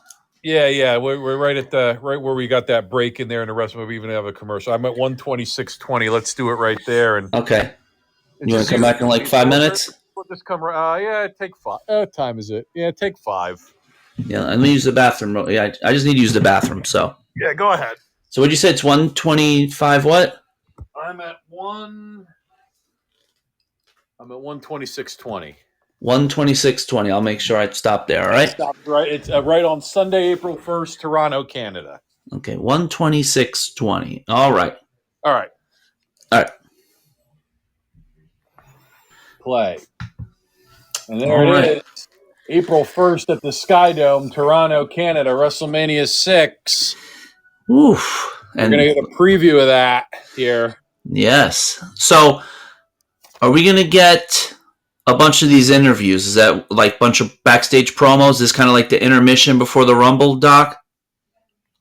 Yeah, I guess that's how they did this. Yeah, I'm gonna say that's how they did this back in the day, right? They would have the couple matches, then do the backstage promos for like 10 minutes about how, I'm going to win the Rumble, blah, blah, blah, and then have the match. Yeah, here we go. There's Jimmy Hart again. And we got Earthquake with a Canadian flag on his chest. He was the Canadian Earthquake originally before he was just Earthquake. That's Dino Bravo, right? Yep, that's Dino Bravo, the Hulk Hogan of Canada. Yes. All right. So while this is going on, this what I thought about asking you this, Doc. So this is the third ever Royal Rumble. In the early years, right? When they had the first one, what did the winner get? Nothing. Okay. So when they did the second year, what did the winner get? Nothing. No main event at WrestleMania, nothing? The first year they did that was 93. So what did they get for winning this one? Hogan got the pose in there. No, actually 92. 92 was when they put the title up for grabs. And then after that, they realized, we need to make stakes at the Royal Rumble. So yeah, the winner was the winner, and that was it. You remember too, Sarge. This year, for 1990, this is the first time the Royal Rumble was on pay-per-view. This used to be a free show on USA Network. Wasn't the first one they started all 30 in the ring, right? No, it was okay. Pat Patterson came with the idea is that one guy, you start with two guys and you add another guy every 2 minutes. It used to be 2 minutes. Yeah, well, let's see what it is. Sometimes it's and it's never 2 minutes. It's like whenever we need another guy is basically. Yeah. Okay, so I think, and then you kind of got into both of my questions that I wanted to know about when the stakes started happening. So 93 was when the first time they said main event at WrestleMania. Yeah, well, the winner will get the world champion, which was Bret Hart at WrestleMania, and it was Yokozuna. Yeah, but in 92, Flair won the title. They've put the title on the line a couple times at the Rumble, right? Yes, Roman. They made Roman defend it at the Rumble the year when Triple H beat him at the end, and Brock entered with the title, but the title wasn't on the line. Yeah, that was in 2020. That was in 2020. That's only two times I can think of when the champion was in the Rumble. Around 93 and 93 is when they started keeping the champion, because like here, Hogan's the champion and he's in the Rumble. Yeah. So around 93 is when they started keeping the champion out of the Rumble, and the champion got like his own match either before the Rumble or after the Rumble. Okay. So we get all these promos, and we're talking about the Rumble, right? What, in your eyes, makes a good Rumble match? I know, loaded question. I would say one that is designed to get over the guy that wins. So you want this guy to be a convincing winner. So like this guy's going in, and when the Rumble's over, he's eliminated everyone, and he's standing there at the end. You're like, I want to see this guy go on and face Roman Reigns or Brock Lesnar at WrestleMania. You want to build someone, and again, 2 years ago that was done masterfully with Drew McIntyre. Yes. They've done it. They've done it with, and they did it with Shawn Michaels in '96. You did it with Steve Austin in '98. Mm-hmm. I would say in 2020 when I was there, the place was going nuts when McIntyre won the match. So you think that too? That's the only thing that really matters is somebody like that's what has to be at the end. What? I mean, yeah, that's an important part of it. But then there's other goals you can accomplish, like we talked about how Omos is going to be the guy to eliminate 14 is going to be the guy to eliminate 14 people. You have a couple of different things you can accomplish. We don't. Everyone says there's the winner, the last guy in the ring when the other 29 are eliminated. There's two other winners every year. There's a guy who lasts the longest, and there's a guy who eliminates the most people. And usually those guys, I mean, when they put Diesel in and he eliminated all those people, I mean, he was a made man at the end of that's when Vince realized that was his next world champion. He had him in the ring right there. Mm-hmm.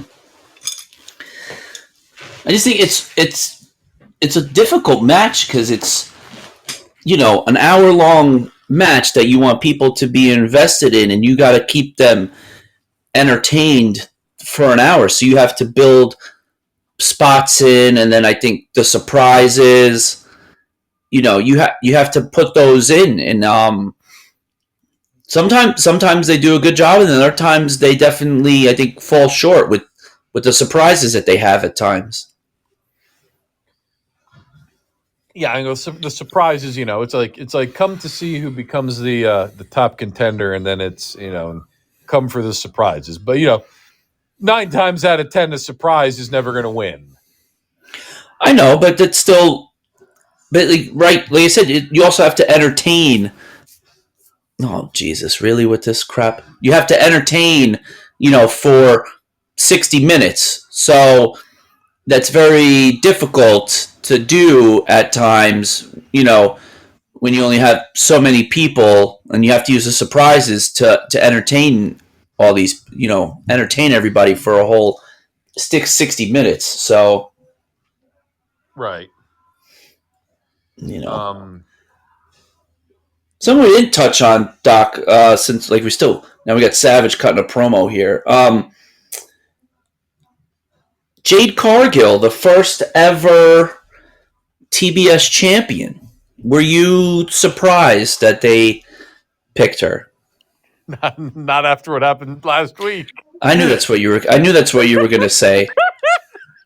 But to me, I think she was always the choice. They've been wanting to put a belt on her for a while, but she's still so green in the ring. Yeah, I think she's terrible. So, but yeah, but I know, but you could tell they definitely see big potential in her, right? She to me is almost more like a WWE wrestler than an AEW wrestler. Oh, Sarge, if you forgot what the Powers of Pain look like, because we've seen them so many times without their face paint on. Yes, we have. Here they are as a tag team. Who know? Can you imagine what promo is getting cut right now? Oh, we got Jake the Snake here. Who knows what the fuck he's saying? But yeah, I think she was always going to be the winner. I think they've wanted to put a belt on her, and I think they created this TBS title for her because you can't have her as the world champion just yet. She needs more time in the ring. So, I mean, again, you talk about the WWE not needing 2 women's titles.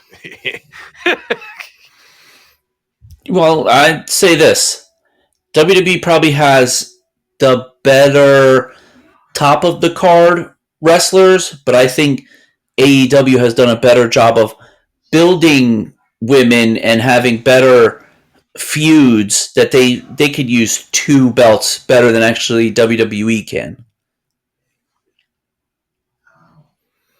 Right, they probably could.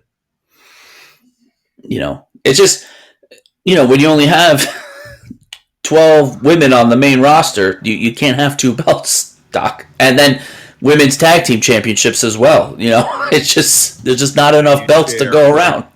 Not enough wrestlers. Look, there's Jimmy Hart again. What have we seen him 3 times? He changed the jacket. Well, I'm guessing these are all pre-recorded, aren't they?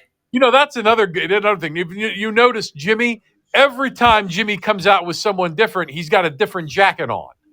He's got a different jacket and a different tie too. Look, the honky tonk's got like a piano keyboard tie on for him. Right, that's why I remember him. Oh, here he is, brother. Oh, where's our buddy homeboy? This is his favorite guy right here. You know, Smitty T. Flamingo asked to come on, and I pressed the button to allow him on, and he still hasn't come on. Come on, Smitty T. Flamingo.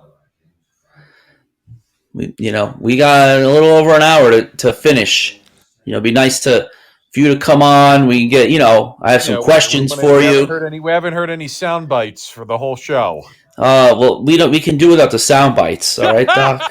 But I do have some questions for him though. I did want to ask him some stuff about Rumble and what he thought about. He is our hardcore analyst. What he would think about putting 3 hardcore matches in a row on a show. So that's funny the way because I think that's the way the Warrior began the Hulk Hogan promo. He's like Hulk Hogan, I have a question for you. But then they never, right? You have them in the Rumble here, right? Then I'm guessing Superstars and whatever the other, what was it, Sunday Main Event or whatever. Like they never Challenge and Superstars of Wrestling. Yes, they never touched on those, right? They were just cutting promos. They never actually they were never in the ring together, right? No, yeah. They were. No, they have this showdown at the Royal Rumble. They have the tag match, and they have the tag match. He's a piece of work, isn't he? And then they meet at WrestleMania. And that was it. So yeah, they never cross paths on now. Oh, I'm so sorry. Well, Sarge, here it is, 1990. Hulk Hogan and the Warrior bump heads at the Royal Rumble, and then what's the next setup? Can they coexist? Oh, they had him in a tag team? They put him in a tag team match on the main event. And of course they coexist. And they couldn't coexist, huh? And they couldn't coexist. And that was it. Give me a timestamp there, Sarge, while the Fink is talking to us so we can be all synced up. Give me to 138.50 if you can. Oh, I'm already past that. Oh, shit. Fast forward again. I'm at 138. I'm at 139.01, 2, 3, 139.05, 6, 7, 8, 9, 10, there we 11. Go. As the $1 million man comes out with Mike Jones. Who? Mike Jones. Who? So are we synced up now, Doc? Yes, perfectly. Okay. I mean, this is the guy you want to. We had to have Mike Jones. We had to have Mike Ruic come on because you weren't on time. Tieback wasn't on time. So what do you want me to do? It's just me and Sarge. We can't. Sarge, I'm putting in all the work here. Yeah, Ruic didn't come on until 20 minutes into the show? Right. And then you showed up, and then I think, didn't you send him? He said you never tagged him in. I tagged him. Well, he never requested to come on. Okay. So we're going to start with 2 Hall of Famers, the $1 Million Man and Coco Beware. I can't believe Coco Beware is a fucking Hall of Famer, Doc. Well, you should have seen with Coco. Coco did some tremendous work in Memphis. By the time he got to the New York, he was very watered down. But and I'm sure. I'm just saying, for his work in WWE, he's in the Hall of Fame. Well, they look at more than just the Hall. Yeah. So you say, DiBiase is a good guy to start with. The guy can work, and he's a guy that I think you can have go 30 minutes in the match, right?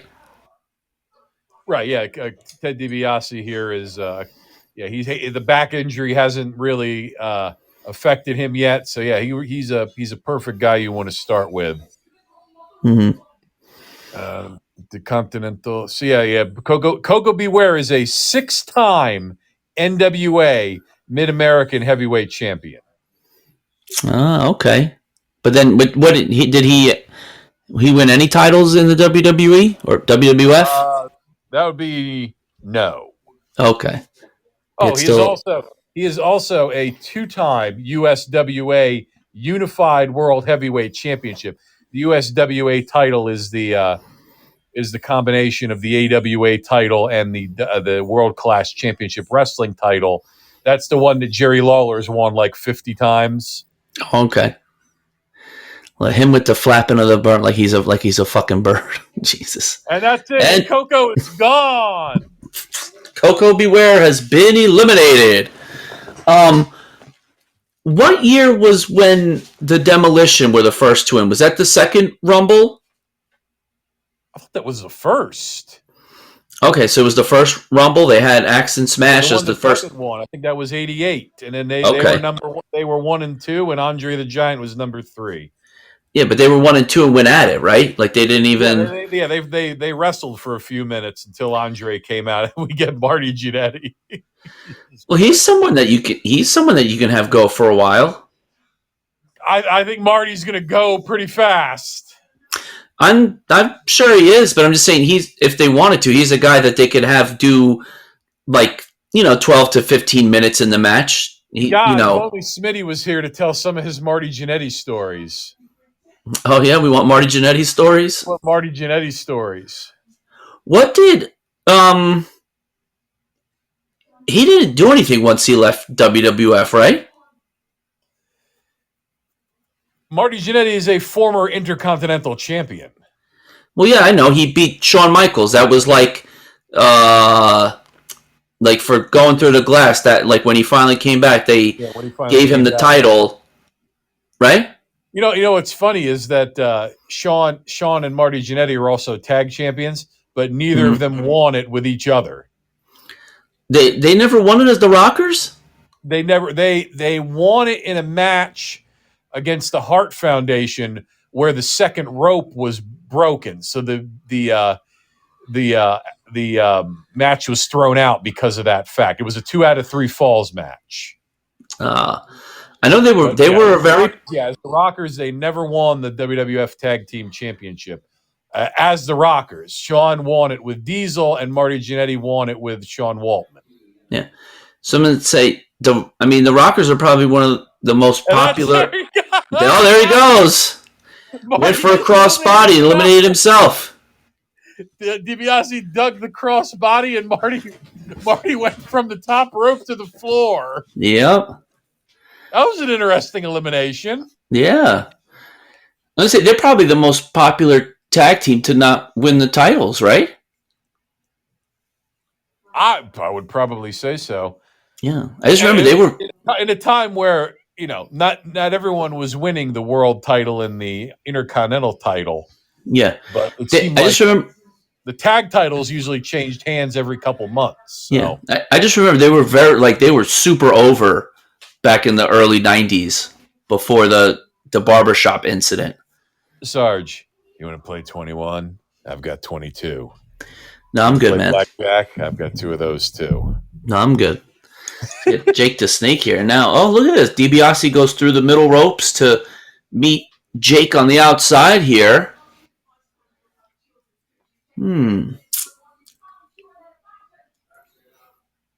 Oh, locking in the $1 million. $1 million dream.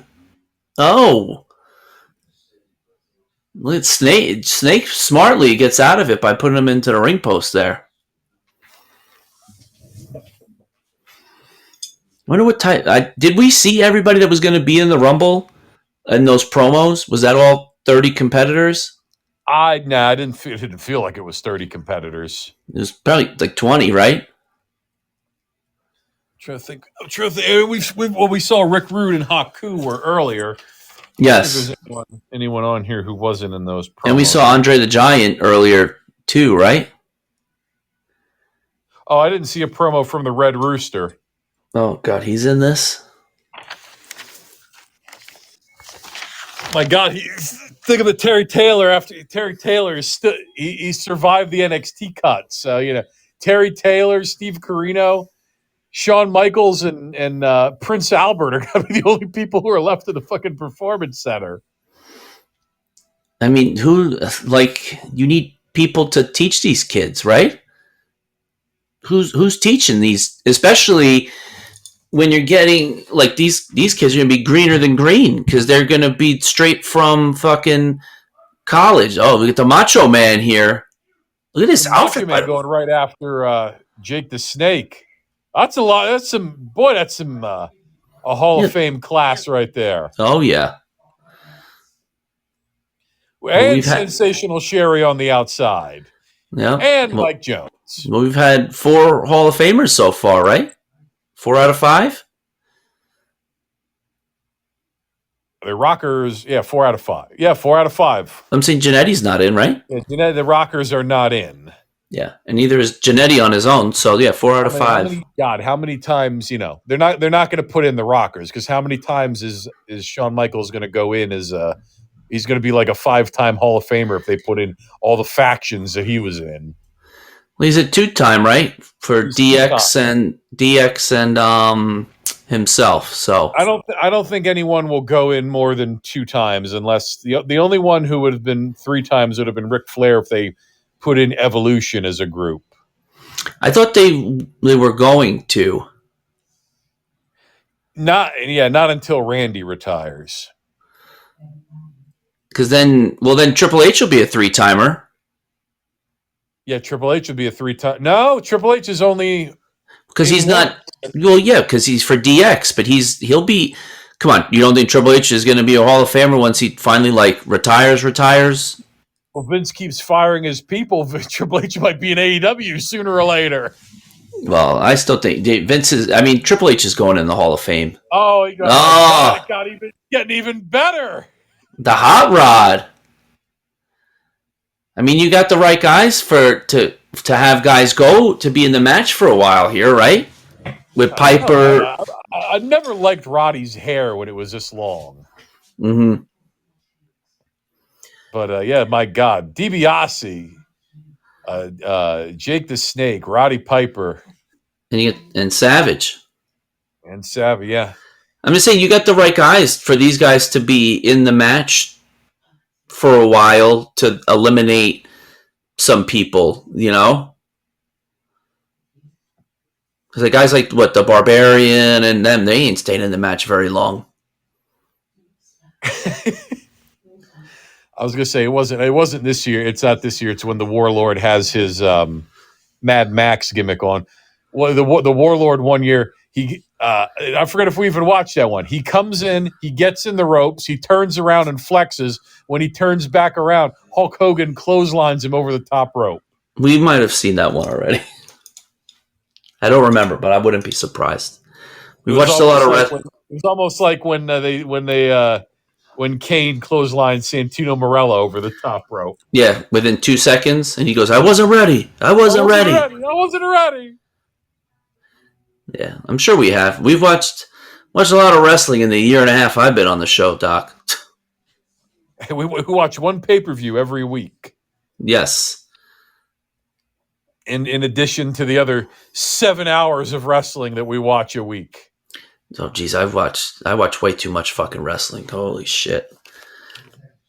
Well, I've got good news, Sarge. I finally got through the last 3 episodes of WandaVision. Oh, good job. And started Falcon and the Winter Soldier. Speak of the devil, here comes the Warlord. Yeah, and like I said, they'll eliminate him. He won't last very long. Oh, look at Virgil clapping. He's like, "Yeah, the Warlord. All right, brother." Yeah. Well, I guess he figures he'll help out DiBiase, huh? Warlord going right after Jake the Snake. I mean, we always talk about how he looks like he's as big as a house. I mean, he's as big as a house too. He is. I just the guy just couldn't wrestle and couldn't cut a promo, right? Yeah, he is a guy who just needed a manager. That's all. That's another reason he needed a manager. He couldn't wrestle though either, right? Right. Yeah. When you're jacked up that much, you can't even move. Just look at when Ruben Sierra tried to swing a bat. Ruben Sierra. Holy shit.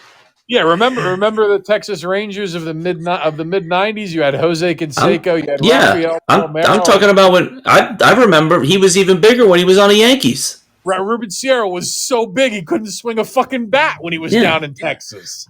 Well, you don't remember when he was on the Yankees? After that, he was even bigger then.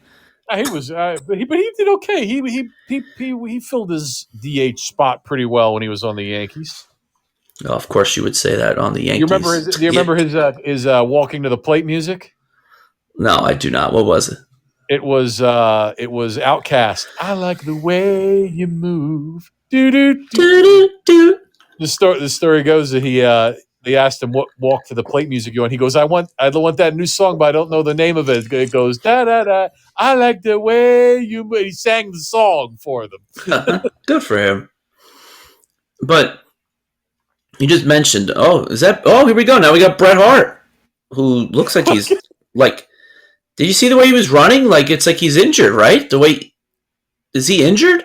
He might have been injured here, but Savage, DiBiase, Bret Hart, Jake Roberts, Roddy Piper, and the fucking Warlord. Yeah, well, think about this, Doc. You say that now. Then in 10 years, when we rewatch Royal Rumble 2022, and you read off the names, you'll be like, holy shit, look at these shitty names that we got in the ring. Holy shit, all these guys are in the Hall of Fame now. Because they're already fired. And we'll be oh my God, Sarge, can you believe that Baron Corbin had 3 title reigns as AEW World Champion? Unbelievable. Oh, please, he'll never be AEW. Please, they would never put the AEW title on him. I don't even think, if he got released, I don't even think they would sign him. If they're signing Brody King. Well, I think that's for something, because he's like got that dark character and with Aleister Black, so I think it makes sense. At least I didn't even know who he was. I don't follow. I can't follow everything. It's just too much sometimes.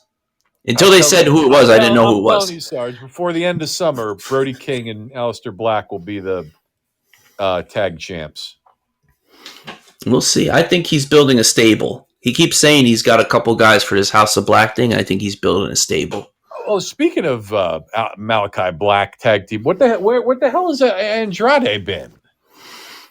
He wrestled on Dark like 2 weeks ago, and then he just talked with Matt Hardy. They're gonna like team up. I think he's talking about making a deal with Matt Hardy. We'll see. Who's next? Is it another bum or another Hall of Famer? Let's see. I can't see. A guy who could have been a Hall of Famer. Who? I don't know. Who is that? That is Bad News Brown. I was going to guess that, but I didn't want to be wrong. So, but you were speaking about how NXT, there's like nobody left.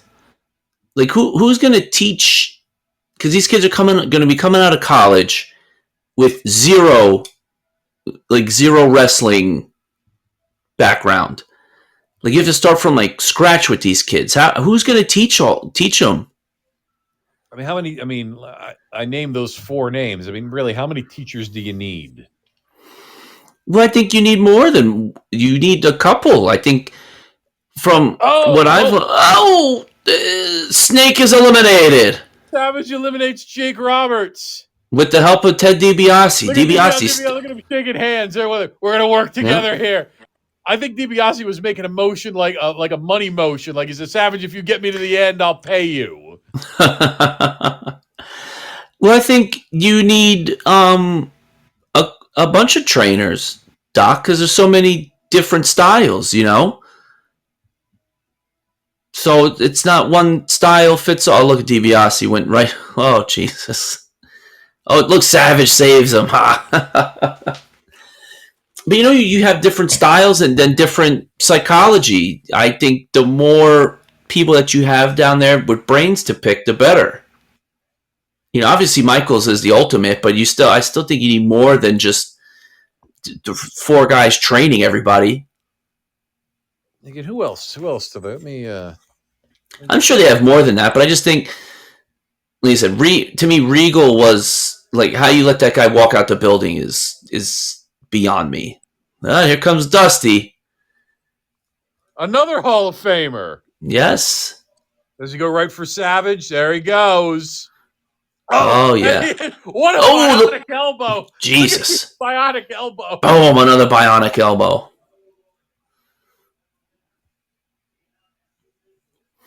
Well, remember, Savage probably ain't going to be too much longer this match. Shane said he only lasts 10 minutes. And I guess Piper should be getting eliminated here soon, too. There he goes! Oh! Big back body drop by Dusty, eliminating Savage. What was... Well, they haven't updated their site yet because William Regal is still listed, but... So, at this point... Matt Bloom, Sarah Amato, Johnny Moss. I don't know who that guy is. Norman. I forgot Norman Smiley. Yep. Robbie Brookside is still there. Shawn Michaels, Terry Taylor, Sean Hayes. He's a strength and conditioning coach. Sarah Barnett. Yeah, they haven't updated it yet. They still have everybody. Finley. Doc, I got a question. At this time, I'm guessing Savage is way down in the card at this point in his career with the WWE? I guess as far down as you're going to get because he's out of the title picture. He hasn't become the king yet, and his I guess he had a round of rematches with Hogan, but now Hogan's moving on to the Warrior, and Savage is going to become the king eventually when he gets that off Jim Duggan. But I guess I don't know if you want how you want to say Savage is down the card because he's really going to be in matches with Dusty Rhodes. I mean, he's going to face Dusty Rhodes at WrestleMania. I mean, you can't get any better than that. Savage and Rhodes, two Hall of Famers, as we get Andre the Giant coming to the ring. I guess I just look at. Yeah, I guess Savage is a guy that I feel like should, like, especially at this time, would be a guy that's in the Final Four or someone that lasts in the Rumble for 30 minutes or you know what I mean. Well, and again, you have there goes the Warlord, Andre the Giant. Yeah, threw him over like the Warlord went longer than Savage. Like that shouldn't happen. Look at Heenan and Mr. Fuji going at it. Oh. How many managers we got ringside here? We got Heenan, Fuji. We got Sapphire. I saw Sapphire. We got Jimmy Hart Virgil. Has not come out yet with any of his guys. We got Virgil. So we got what? Four managers ringside. Bruce Pritchard says it. This isn't, they just don't go for a say, these are the final four guys. No, guys know when they're going in and they know when they're going out. Yeah, but so they know who the final four is going to be, right? Right, but I thought it was just like a lot of improvisation. No, guys know when they're going in, how long they're going to be in, what their cue is when they need to get out. Yeah. Sometimes they call it on the fly. Maybe Savage went to Bruce and said, I'm not going to win it, so, get me out in 10 minutes. Because him and Bruce were friends, so. All right. And here he comes, the cock-a-doodle-doo man himself. What the fuck?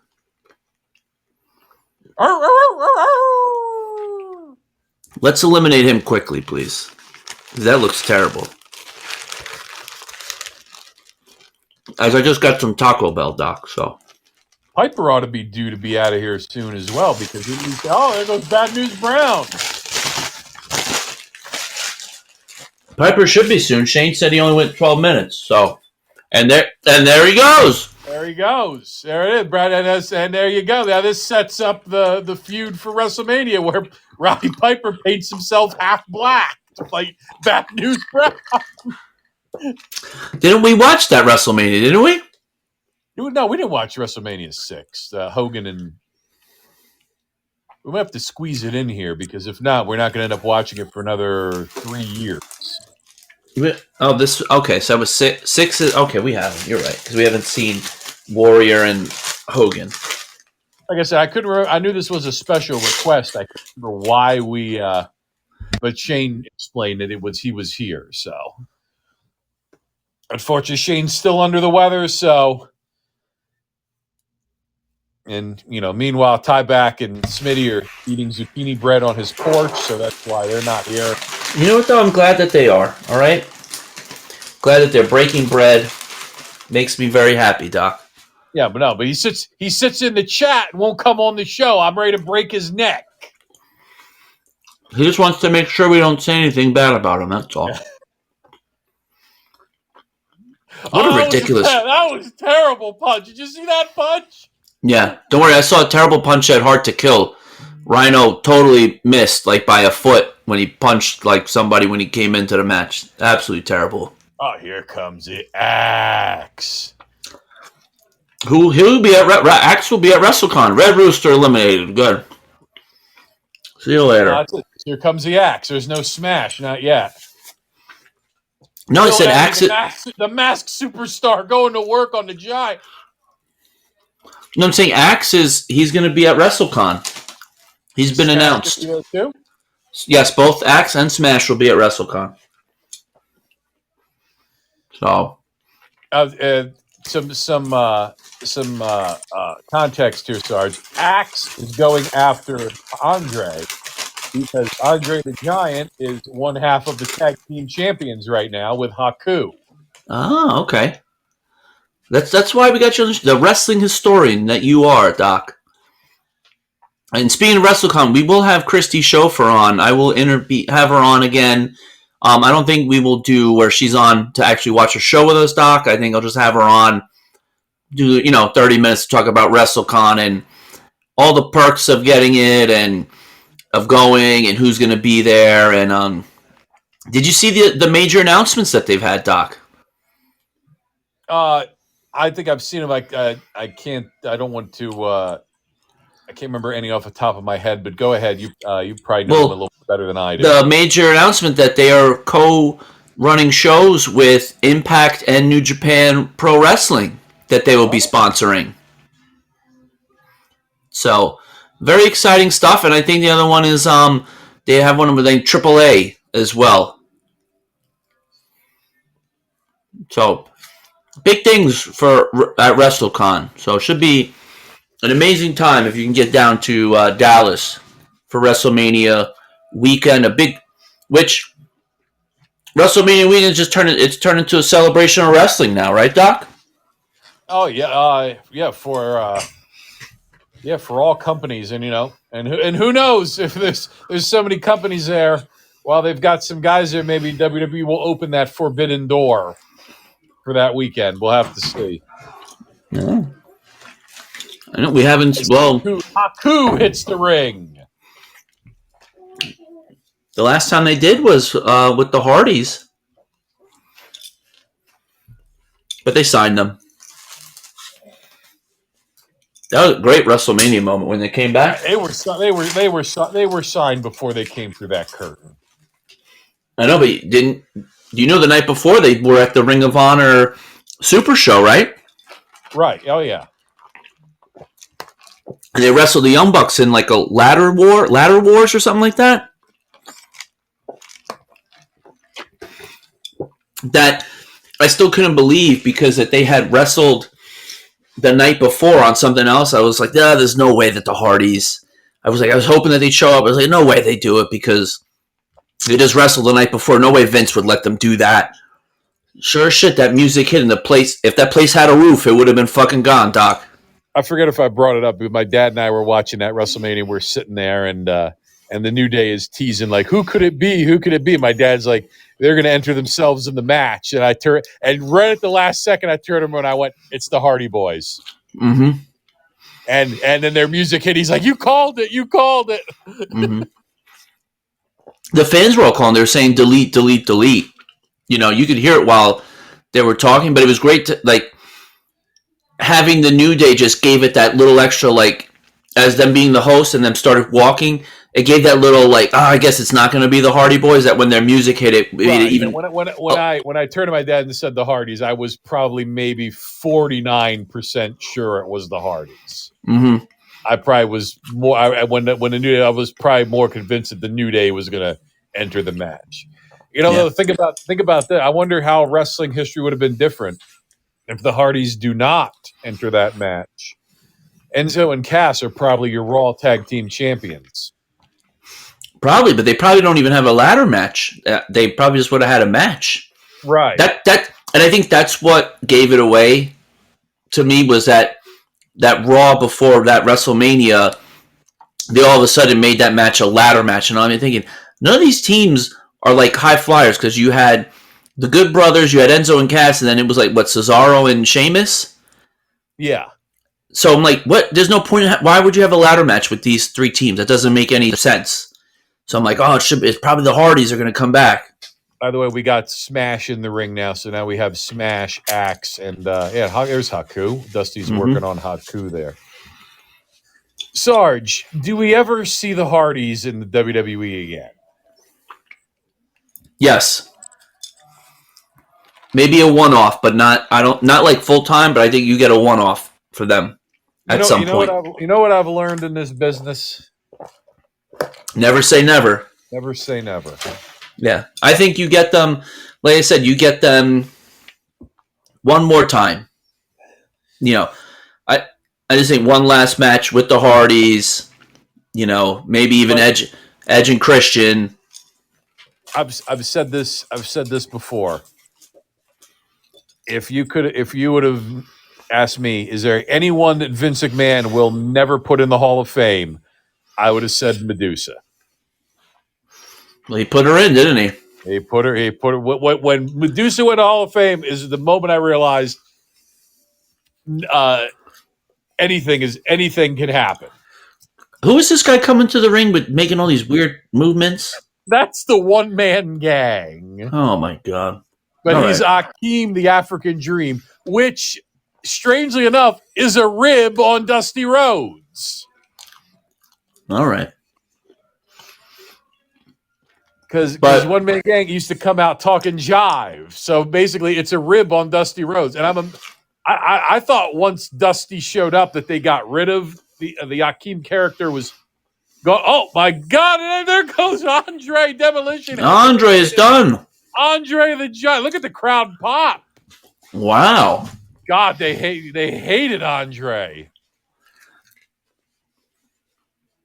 Andre's out there going, "What bullshit is this? You son of a bitch!"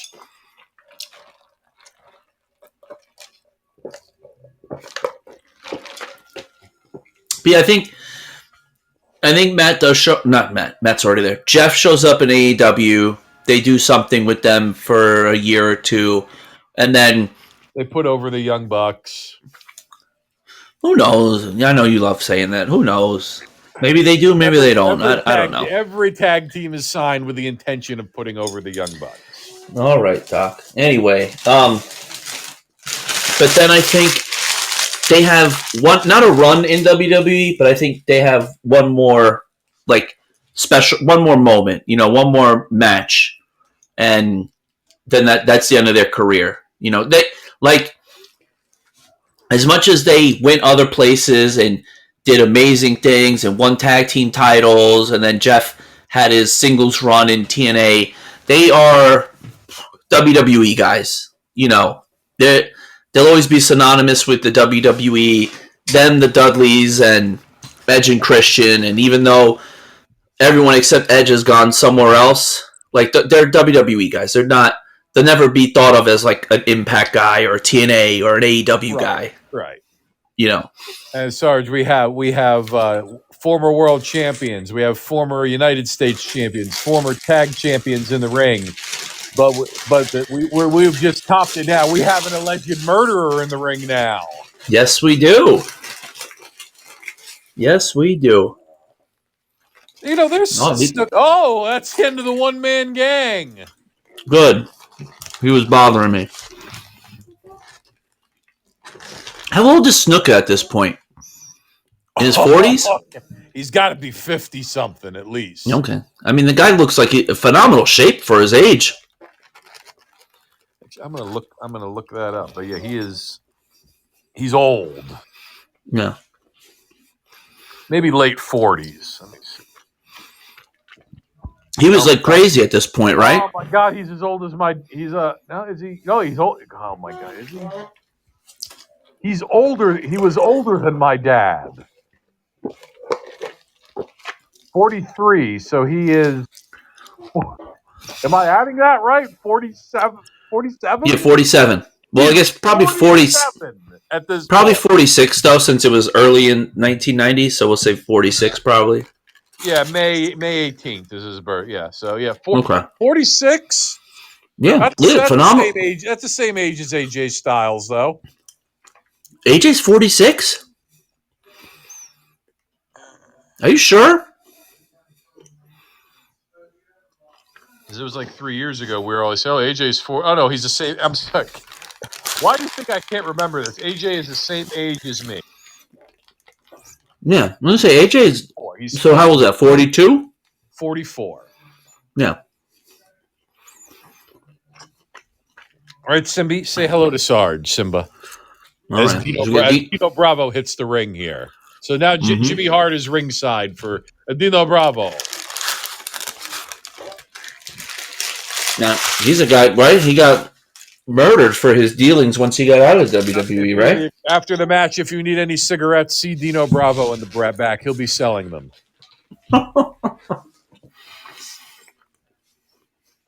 He'll be there with Pat Patterson. Pez, what are you doing selling cigarettes in there, Dino? You're making enough money, you son of a bitch. Obviously, he wasn't. Yeah, he is. Dino Bravo is a Canadian Italian, or Italian Canadian. Yeah, just like our buddy B-Dow. Vidal's half Italian? His last name is Badali. Come on. Hey, I didn't know that. Oh, how about that? Steve Badali. He owns and his family's owned like this fresh vegetable store up in Toronto since like the 20s. It's like 100 years that his family's owned this vegetable store up there. Oh, Dustin. Fun. You know, that's another thing we get in the Rumble. You know, there's some guys that would like never cross paths. And you get to see Dusty working here with Dino Bravo. Yeah. What about DiBiase still in the match, Doc? This is what we're going on 30 minutes now that he's in the match. We got Haku working on Snuka. You got the Demolition working on DiBiase. Oh ho ho! And here comes the Canadian earthquake. Yeah, Dino Bravo comes in, and here comes the Canadian earthquake to give him a hand, huh?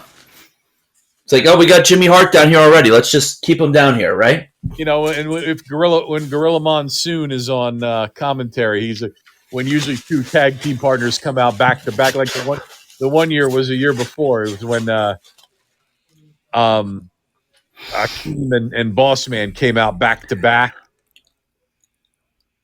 Oh, that's Dusty. That's another point I'd like to make. That they came out back to back because they traded numbers with Ted DiBiase, and Ted DiBiase ended up with the 30 spot. Oh, that was like a couple later on? It was actually in 89. The 89 DiBiase was number 30, and this year DiBiase is number 1. There you go. 30. He's 30 minutes in right now, DiBiase. Uh-oh. Oh, there goes one member of Demolition. Yep. That's Bill Eadie. I'm sure the other one won't be far behind. Look at Earthquake jumping around. We basically got all... Like you said, it's all the tag... Haku. Well, I'm saying, right? Tag teams, right? Was Earthquake and Dino Bravo a tag team, or...? Loosely, they were a tag team. They didn't... Okay. They usually had their own storylines going. But they were feuding with the Warrior at this time. This is when they brought in. That's how they did the push-up contest between Dino Bravo and the Warrior, and they pulled John Tenth out of the crowd, and And Dino Bravo did the push-ups with him on his back, and then when it was Warrior's turn, John Tenta just crushed him and revealed himself as the Canadian Earthquake. People standing up. This must be someone. Oh, it's the Anvil. Oh, well, Bret Hart's already eliminated. Yeah, I didn't even see Bret Hart's elimination. Neither did I. Another Hall of Famer, huh? Yes, Hall of Famer with the Hart Foundation. Is Earthquake a Hall of Famer?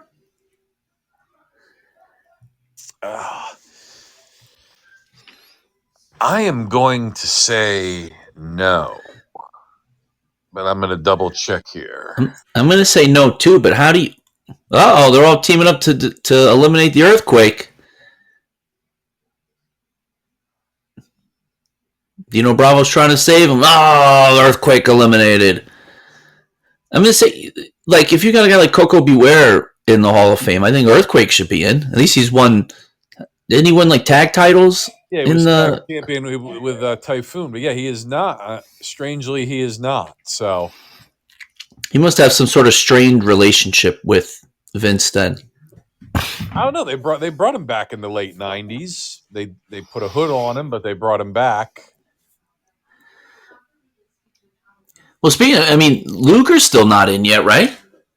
Yeah, Luger is still not in. I have the sneaking suspicion that Luger is going to go in this year, and that's when they're going to finally release that Icons episode. I'm going to say they've had that filmed and been hyping it up for almost like 2 years now, right? That Icons episode of him. Yeah, I think they're going to wait till they announce him. I'm saying he's not doing that great, right? All I know is in a wheelchair, but he works for the company and as part of the wellness program. So okay, well, I'm saying, like, you know, his health isn't the best. Get him in sooner than later. Oh, here he comes! He's running! It's the Ultimate Warrior. Look at him! He just cleared out of the front of the ring, and he's going right to work on Dino Bravo. Look at Dino. He's beating Dino. Look at Dino's no effect in the atomic drop.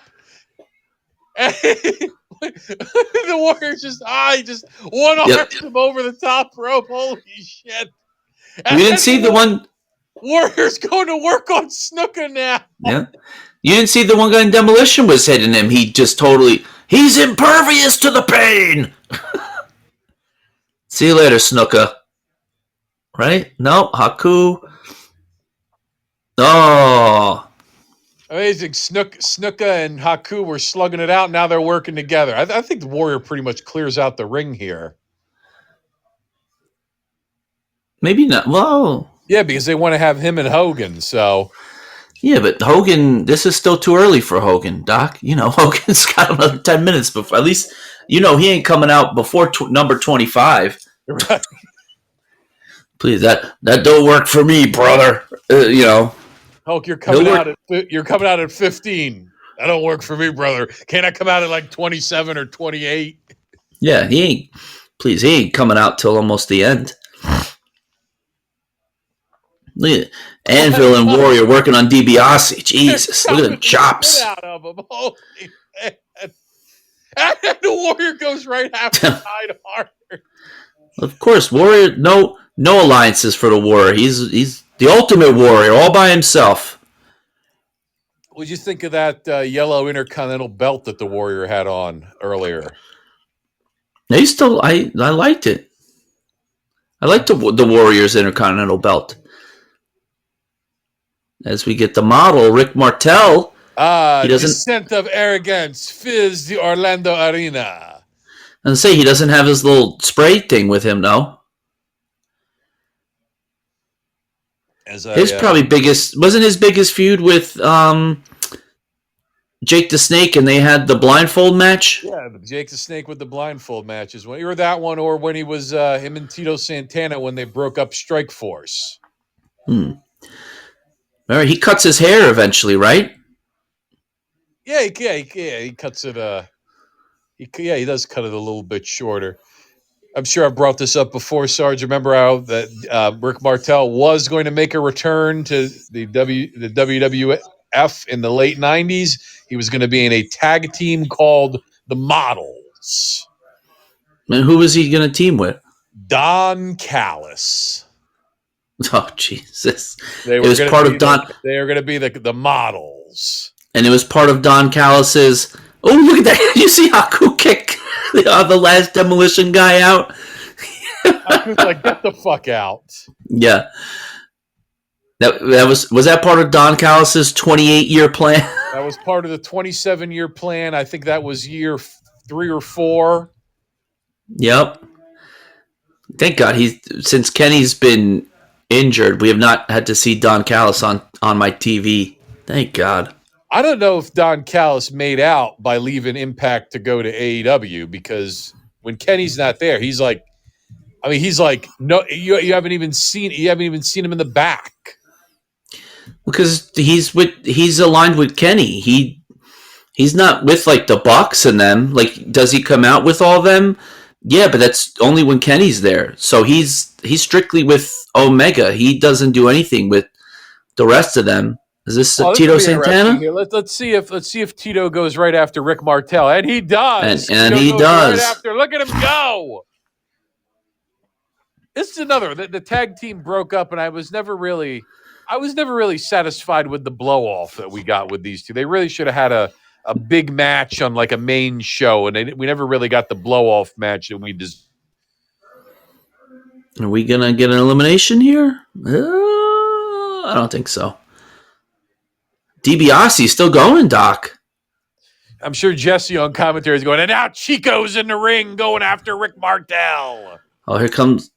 Oh, big clothesline by the Warrior. Oh, and he's shaking the ropes. So, Doc, DiBiase's at 40 minutes now. You know what? I think this is a record. I think DiBiase, this is... yeah, this is a record until Flair next year. I don't know if Flair broke this record or if it stood until Rey Mysterio broke it. You think so? Because Flair came in at 3 and won it. Yeah, but the only way came in at 1. Yeah, that's only 2 minutes more. Unless DiBiase goes until... Does DiBiase make it to the Final 4? Let me see. I think I can look that up. Let me see. Look at Virgil holding DiBiase in still. He's holding him in from outside, keeping him in the ring. Is it DiBiase's there? Is it got Virgil there to help him? Mm-hmm. Longest time spent in a single Rumble. I thought wasn't it Michaels for a long time until Mysterio broke it? I guess you're right. You're right, Sarge. I don't even see DiBiase on this list. He probably did, but then, like I said, Flair went from the 3rd spot to win it. Yeah, so Flair went an entire hour in 1992, and that was broken the next year. Bob Backlund went an hour and 1 minute. Okay. And then I'm guessing that stood until Benoit went an hour, 1 minute and 30 seconds, and that stood until Rey Mysterio went an hour and 2 minutes. And that's the record? If you want to count regular Royal Rumbles, it's an hour and 2 minutes by Rey Mysterio. If you want to count that Saudi Arabian Royal Rumble with 50 people, then Daniel Bryan went 1:16. You mean an hour 16? I'm sorry, an hour 16. Yes. Yeah. I don't count that one. So it is Mysterio. Anvil has been eliminated. I thought Michaels. Well, I guess his is like 50. He's done 50 something minutes a few times. I thought he went over an hour. This is a top 1, 2, 3, 4, 5, 6, 7, 8, 9, 10. No, that's it. DiBiase. There he is, eliminated by the Ultimate Warrior. Yeah, this is an 18. Yeah, this is there's a top 18 there, and I don't see these. I don't know who's in the top 18. You just said Mysterio, Benoit.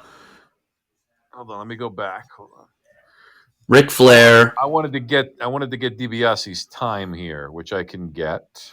It's only like 40 minutes. Oh wait, so there was something here about DiBiase.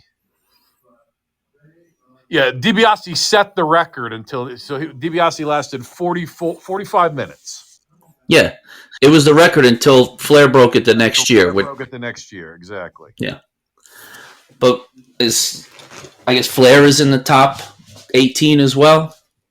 Yes. And we got the Honky Tonk Man had come out, so there you go, Sarge. Oh, there we go. Here comes the red and yellow. The place goes bananas, and I'm gonna guess him and the Warrior clean house right here. Longtime friend Jimmy Snuka is going after his buddy Hogan. Hogan's like, get the fuck out of here, Snuka. Look, there's one elimination from Hogan.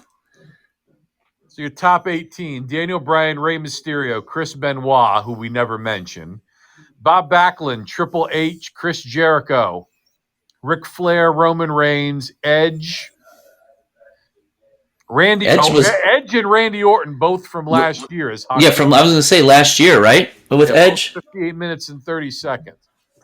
Finn Balor, Mr. McMahon and Steve Austin, 56-38. Well, that's because they both rolled under the ring and then rolled under the bottom rope and then walked around the arena, right? Yeah, that's another thing. That's another thing about Raw that annoys me, that you can stay in the Royal Rumble because you rolled out and left the match for 30 minutes. Look, here we go, Doc. Like I said, here come Warriors about to eliminate both of these guys. Well, there's Santana, Martel still in.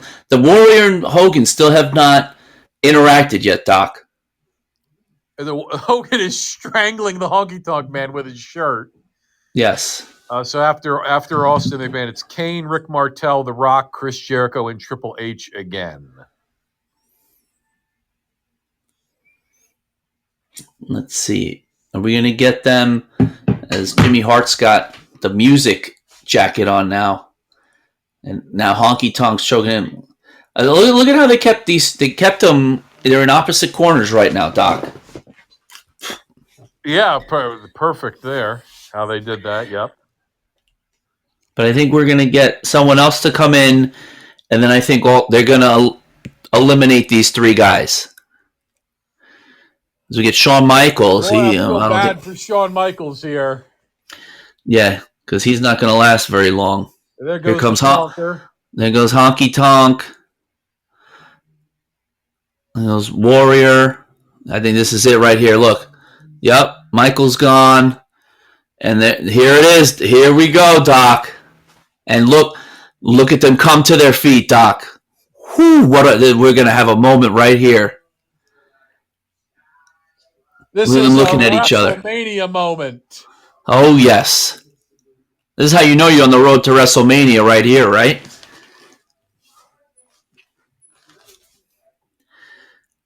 Look at this. Look at them.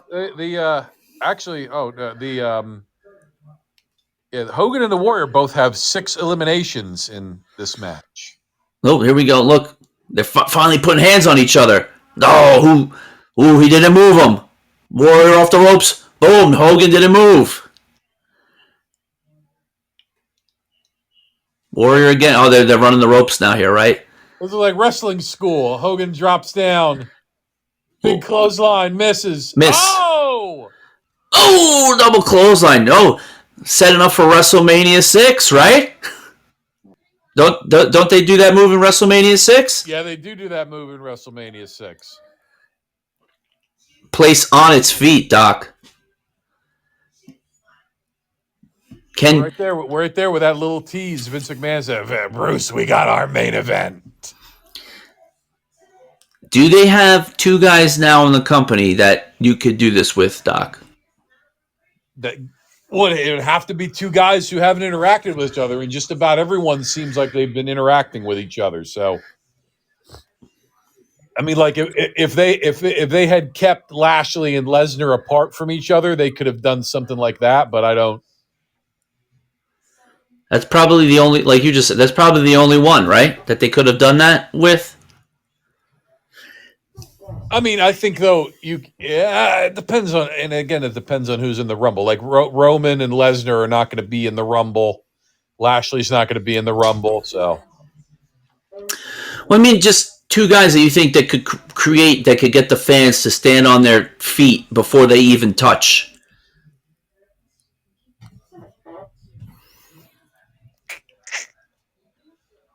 Yeah, they don't build them like they used to, Doc. That's for sure. Why? Rick Rude jumped the gun. Okay, I was gonna say, why is Rick Rude in here already? We didn't even get a countdown, nothing. Yeah, Rick Rude jumped the gun, came out early. Heenan came out with him. And there we got the Barbarian and ravishing Rick Rude. Rick Rude is still feuding with the Warrior. They've been feuding over for a whole year over that Intercontinental title. Rick Rude won it at the previous WrestleMania 5. Warrior got it back at SummerSlam.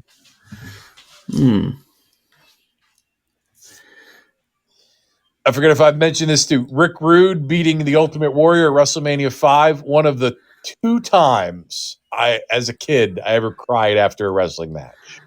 Wow. You cried after? When I was so upset when they took the Intercontinental title off the Warrior, I cried. Imagine they did that today. How when the first time was? When Hulk Hogan lost, right? When Honky Tonk Man beat Ricky Steamboat. Oh, okay. So I would have never guessed that. As a kid, I was very invested in the Intercontinental title. I'd see that. How bad would they get destroyed now if they had someone like the Ultimate Warrior and had him drop the Intercontinental title to like a Bobby Roode? You know? As long as it tells a story. Bobby Roode, another guy that they missed on. Unfortunately, Sarge, lately I've been crying just about every week, every time I watch Dynamite. Oh, jeez. I can't. Oh! Hogan tries to eliminate the Barbarian and Rick Rude and ends up eliminating the Warrior. Yes, as the Warrior goes running back in. Clotheslines Rude. And then leaves, Again, what the Warrior even though the Warrior did it to 2 heels, that's a heel move. The fans like baby faces with heelish tendency. And the Warrior, just like the Warrior ran to the ring, he runs right out. Yep. That's why they liked Hogan. Hogan had heelish tendencies. Here comes Hercules Hernandez. Hopefully, Herc is going to give Hogan some help here. It looks like he is. Yeah, I thought Herc might go after the Barbarian there, but he's going after the Ravishing one. Isn't Hogan tied? No, maybe not. I want to say he's tied for the most Rumble wins, but I don't think he is. It's Steve Austin. Yeah, Austin's won it 3 times, right? Yes. I thought Hogan won it 3 times too, but I think it's only 2. Won it twice. Yeah. I think we're about to see one of them. We have he won. He's going to win next year as well. Mm-hmm. There's 7 people tied for second place with 2 wins. I think Orton has 2 wins. You have so we've said Austin has 3. That's the record. So we've got Orton and Hogan. I'm going to say Shawn Michaels has 2 wins. 95 and 96. By the way, Orton is 09 and 17. I'm going to say Triple H has 2 wins. 02 and 16. Okay. That's 4, right? You said there's 7? So there's 3 more. 3 more. Fuck. I don't think Undertaker's not won. Reigns won it twice. Reigns has not won it twice. Yeah, I think he's only won it once. Think ruthless aggression era. I know. I'm thinking. Oh, the Rock, I'm gonna guess, has won it twice. Rock has only won it once. Once, okay. Cena's won it. Cena's won it. Cena's won it twice. What'd you say? Cena. That's 08 and 13 as we get... Oh, here comes Mr. Perfect. I bet he goes right after Hogan. Yep. Ruthless aggression era. Who else? Kurt Angle? No. Yeah. Kurt Angle. I don't think Kurt Angle's won it once. Okay. Who won last year? Edge. Right? Didn't Edge win last? Yeah, Edge won last year. So he's won it twice. 10 and 21. So I got one. I need one more, right? Big name you're missing. One of the biggest of all time. From the Ruthless Aggression era. I know, biggest name of the Ruthless Aggression era. Oh, you said Cena, right? Yeah, I said Cena. You said Cena, okay. Yeah, missing one more. He was world champion while Cena was WWF champion. Jericho. No, Jericho's never won it. I know Mystique tumbles out. Like I said, I would say Undertaker, but I don't think he's even won it. I don't know. I don't know who's the last one. Who am I missing? His win was one of the biggest disappointments. Batista. There you go. 05 and 14. He's won it twice. Hulk Hogan, Shawn Michaels, John Cena, Dave Batista, Triple H, Randy Orton, and Edge. And you said Rock's only won it once, and Rock you mentioned only that. Won it once. So what if Rock comes back next year and wins it? So not this year. You think next year? Yeah. What if he comes back next year and then challenges Roman? As Rick Rude hit Kurt Hennig, but put him through the middle rope. Yep. I don't think. Here, remember Rick Rude and Kurt Hennig, big buddies here. Oh, and Kurt Hennig leaning on the top rope. Rick Rude goes flying. Are we at the final two? We are at the final two. A lot of people said that they should have had Kurt Hennig win this and challenge Hogan at WrestleMania 6 and then give Kurt Hennig a world title run. But that's not what happens, brother, because Hogan must pose. But even if, like you said, I'm the promoter, right? And yeah, as much as, hey, we like Kurt Hennig, right? But that reaction when Warrior and Hogan are in the ring, like that to me, that's like the lightning in a bottle. You have to take that. Right. You can't go away from that. So they made the right call. You know, they might not have made the right call for WrestleMania 7 or 8, but they made it for WrestleMania. They made it WrestleMania 3, 4, 5, 6. They made all the right call. Well, maybe not. Yeah. 4 was an interesting one. I'll give it that. Mm-hmm. WrestleMania. Sorry, you think about it. WrestleMania 4 basically sets up WrestleMania 5. Mm-hmm. That's good storytelling. They should do that. But to your point about The Rock, I think the storyline with Rock and Roman, I don't think Rock needs to enter the Rumble to challenge Roman. That's something he threw him over the fucking turnbuckle. Holy shit. And there's your winner of the 1990 Royal Rumble. His first Royal Rumble win. Remember, 88 won by Hacksaw Jim Duggan. 89 won by Big John Studd. And now there it is, iconic with the band Hulkamania will live forever. With the bed sheet right there. The bed sheet. It's a bed sheet. Think about it now. Now we get like professional posters. That's a bed sheet you had to use back then. I'm going to make a bed sheet up and bring it to the first AEW show we go together, and it's going to say, "Welcome to Munchkin Land." I will not be sitting with you for that, okay? you dare bring that in. I'm not trying to get my ass kicked, all right? What the hell are you Have you seen some of the AEW fans in the audience? You think they can kick our ass? I'm talking about and I'm 6'4", 265 pounds. I just say that if we're in Philadelphia, I'd be a little worried, all right?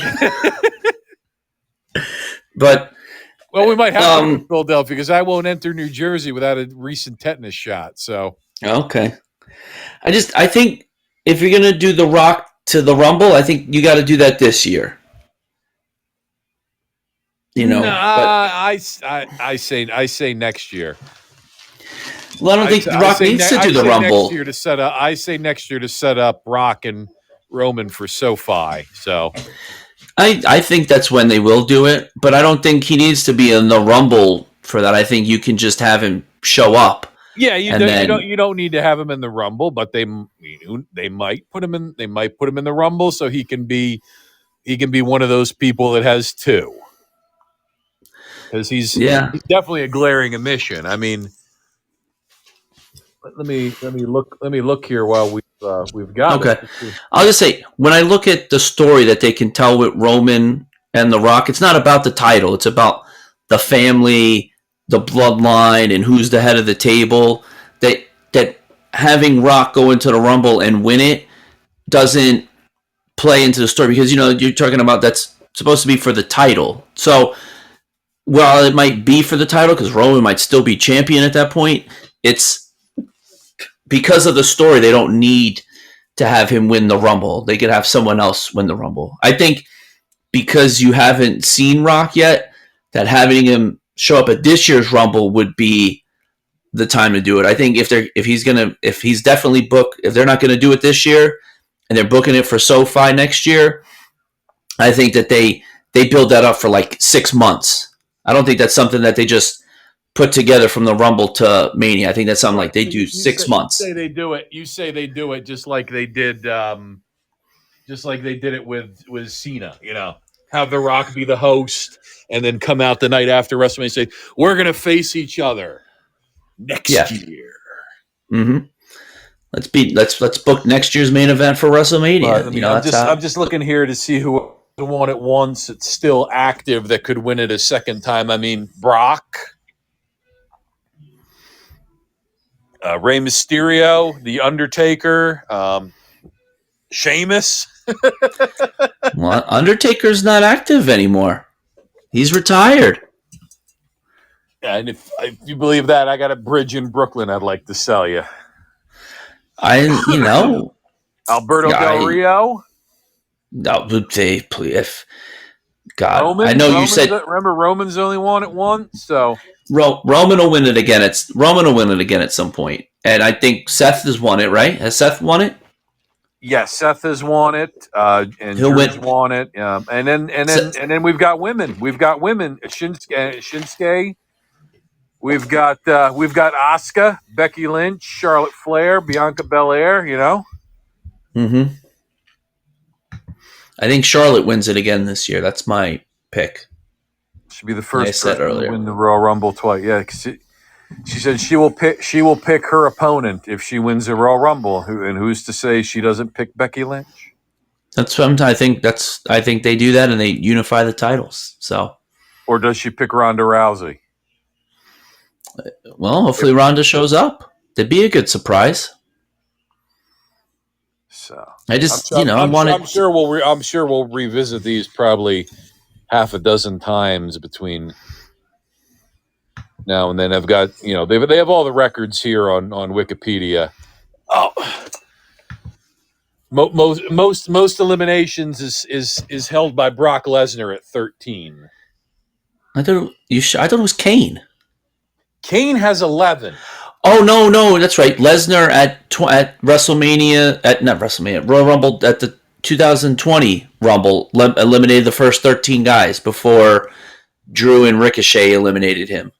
Yeah, Hogan eliminated 10 people in 89. Austin eliminated 10 in 97, and Kane eliminated 11. Roman Reigns eliminated 12 in 2014, and then Lesnar eliminated 13 in 2020. By the way, Braun Strowman eliminated 13 in that Greatest Royal Rumble. So I don't count. That doesn't count. But again, do we see almost eliminate 14? That'd be crazy. Oh, because that's like we're getting to the point where to break the record, you got to eliminate half the field. I just like you said, you got to start them from the beginning, or you got to put the ring where there's like 12 or 13 guys in there, and then have them clear the ring.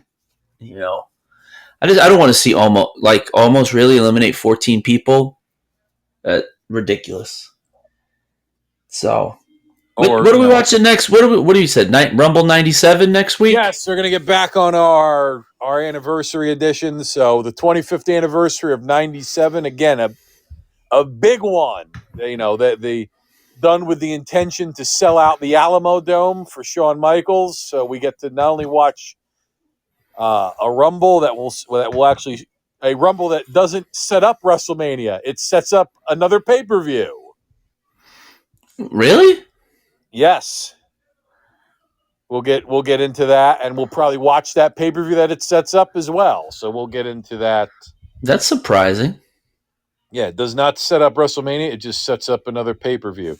Oh, by the way, so after the Royal Rumble, the next big event that they had was at the Joe Louis Arena, Detroit, Michigan, February 23rd, 1990. Hulk Hogan defended his world title against Randy Savage, and the Ultimate Warrior defended his Intercontinental title against Dino Bravo. All right. So that's where we went from here, huh? That's where we went from here. And then from here, next week, we will get a Royal Rumble 1997. As All right. 1997, we're going to be doing a lot of 97 this year. A lot of people say 97 is their favorite year. Okay. I guess we'll watch a bunch and we'll let them know if it's the truth or not. A lot of people say 1997 was their favorite year. And how did we kick off 1997, Sarge? When we get Austin wins the Rumble, right? Well, I mean, in the wrestling world, we kicked it off with what is regarded as one of the worst pay-per-views of all time, sold out 1997. Oh, the WCW one?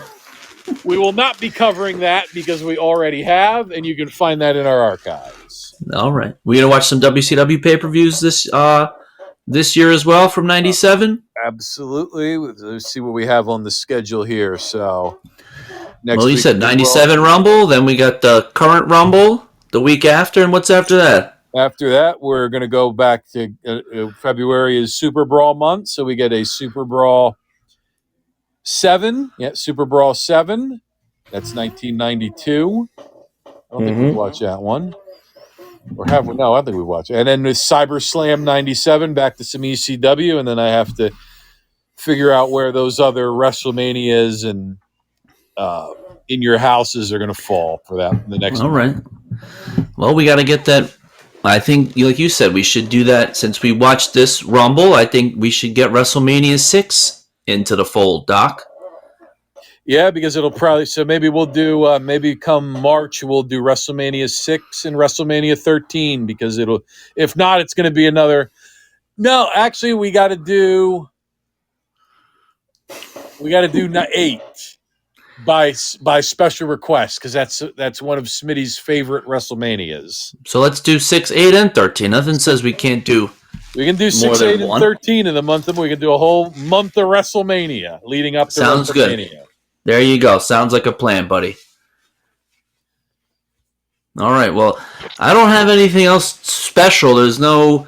I mean, any comments? Any other comments about the AEW just dominating the PWI awards? I mean, and it doesn't surprise me. They're a very fan friendly company. They're a fan favorite company.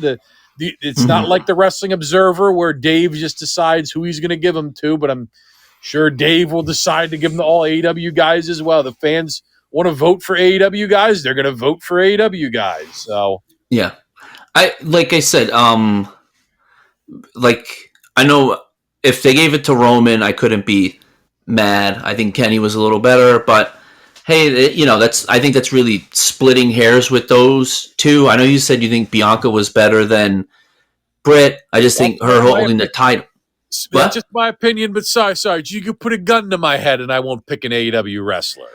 I know I know that you won't. I just think, to me, with Britt, like I said, I think with her holding the title for longer, I think she cuts a better promo. I think that's why she was voted. And I know you said Bianca, but she only had the title from Mania to SummerSlam. Do I understand it? Yes. Do I agree with it?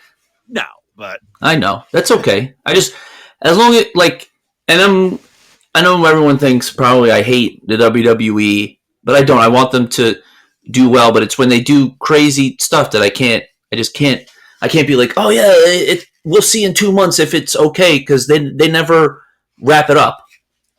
It never makes sense. So, like I said, one last award I forgot to mention. They also give out a Lifetime Achievement Award that went out to 2 people this year. It went out to Terry Funk and Ron Simmons.